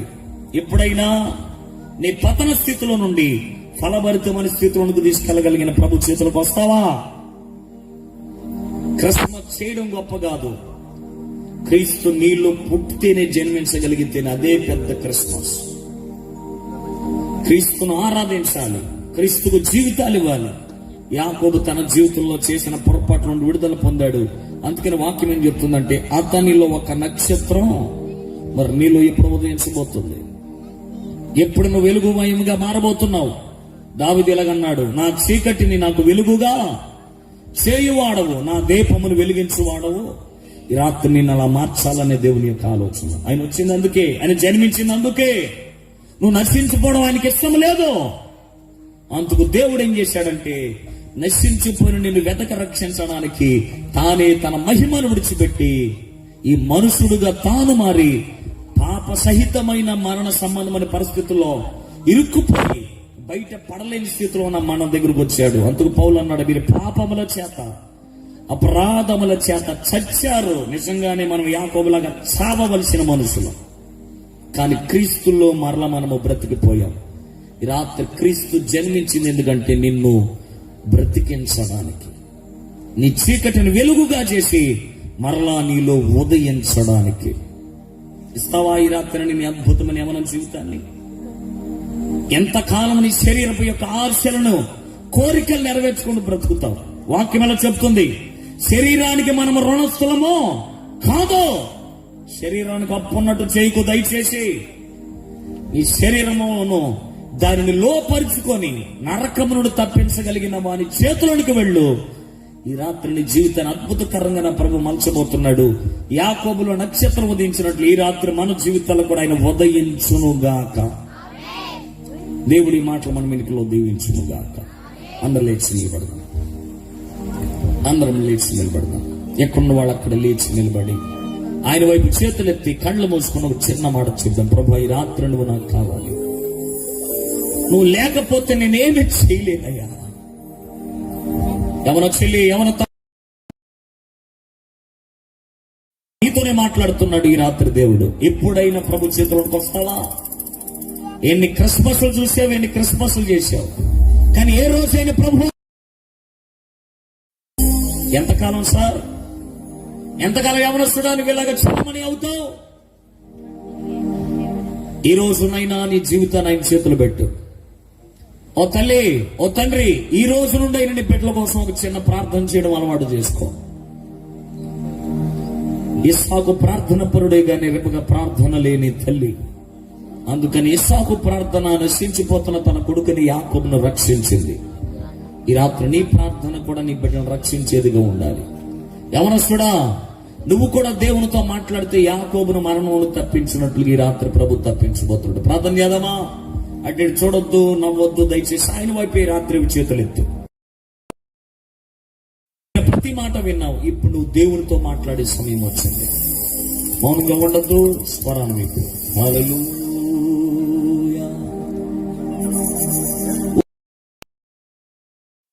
నీతోనే జీవిస్తా, ఏ దారిలో నడిపినా నీ వెంటే నడిచొస్తా, ఈ ఊపిరాగే వరకు నీతోనే జీవిస్తా, ఏ దారిలో నడిపినా నీ వెంటే నడిచొస్తా.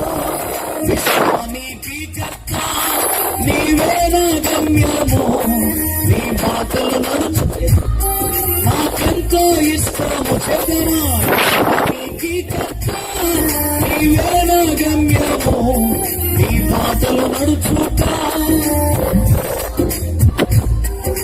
నిన్ను మించిన దేవుడే లేడే, నిన్ను మించిన కొడుతూ చప్పలు కొడుతూ స్వామి నేనుండాలేనయ్యా, నేనుండాలేనయ్యా. నీవే లేకుండా ఉండాలి, నీ తోడే లేకుండా నే బతుకాలే. నీవే లేకుండా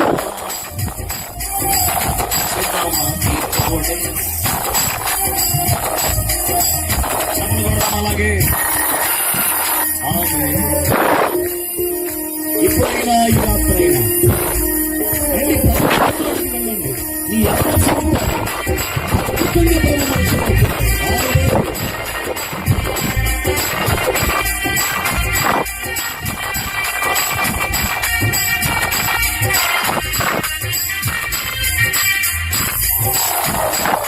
నీ సంవిధానములో సంపూర్ణ సంతోషం, ఆరాధించుకొని విలువైన అవకాశం.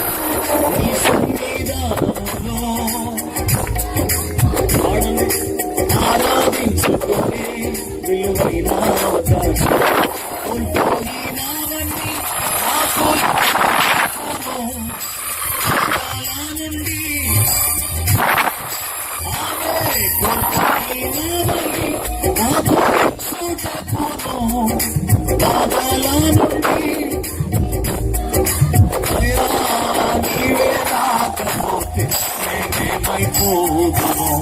నీవే రాకపోతే నేనేమైపోదు.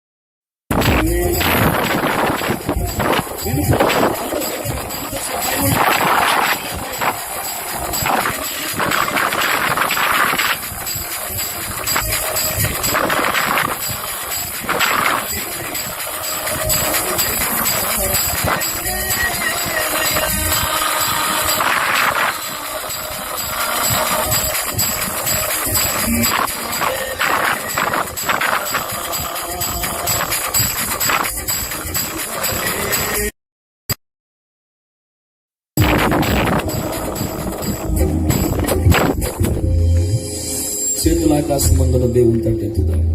ఒంటరి పోరు నన్ను విసిగించిన ఈ మనుషులెల్లరూ తప్పు పట్టి, ఒంటరి వాడే వేయి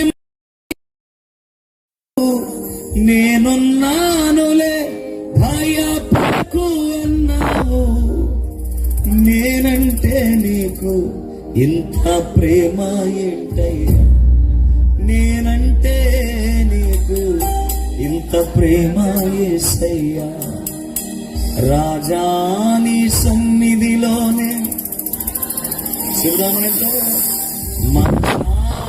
మనసారాధిస్తూ ఓ రాజా నీ సన్ని నేనుంటానయ్యా, మనసారాధిస్తూ బ్రతికేస్తా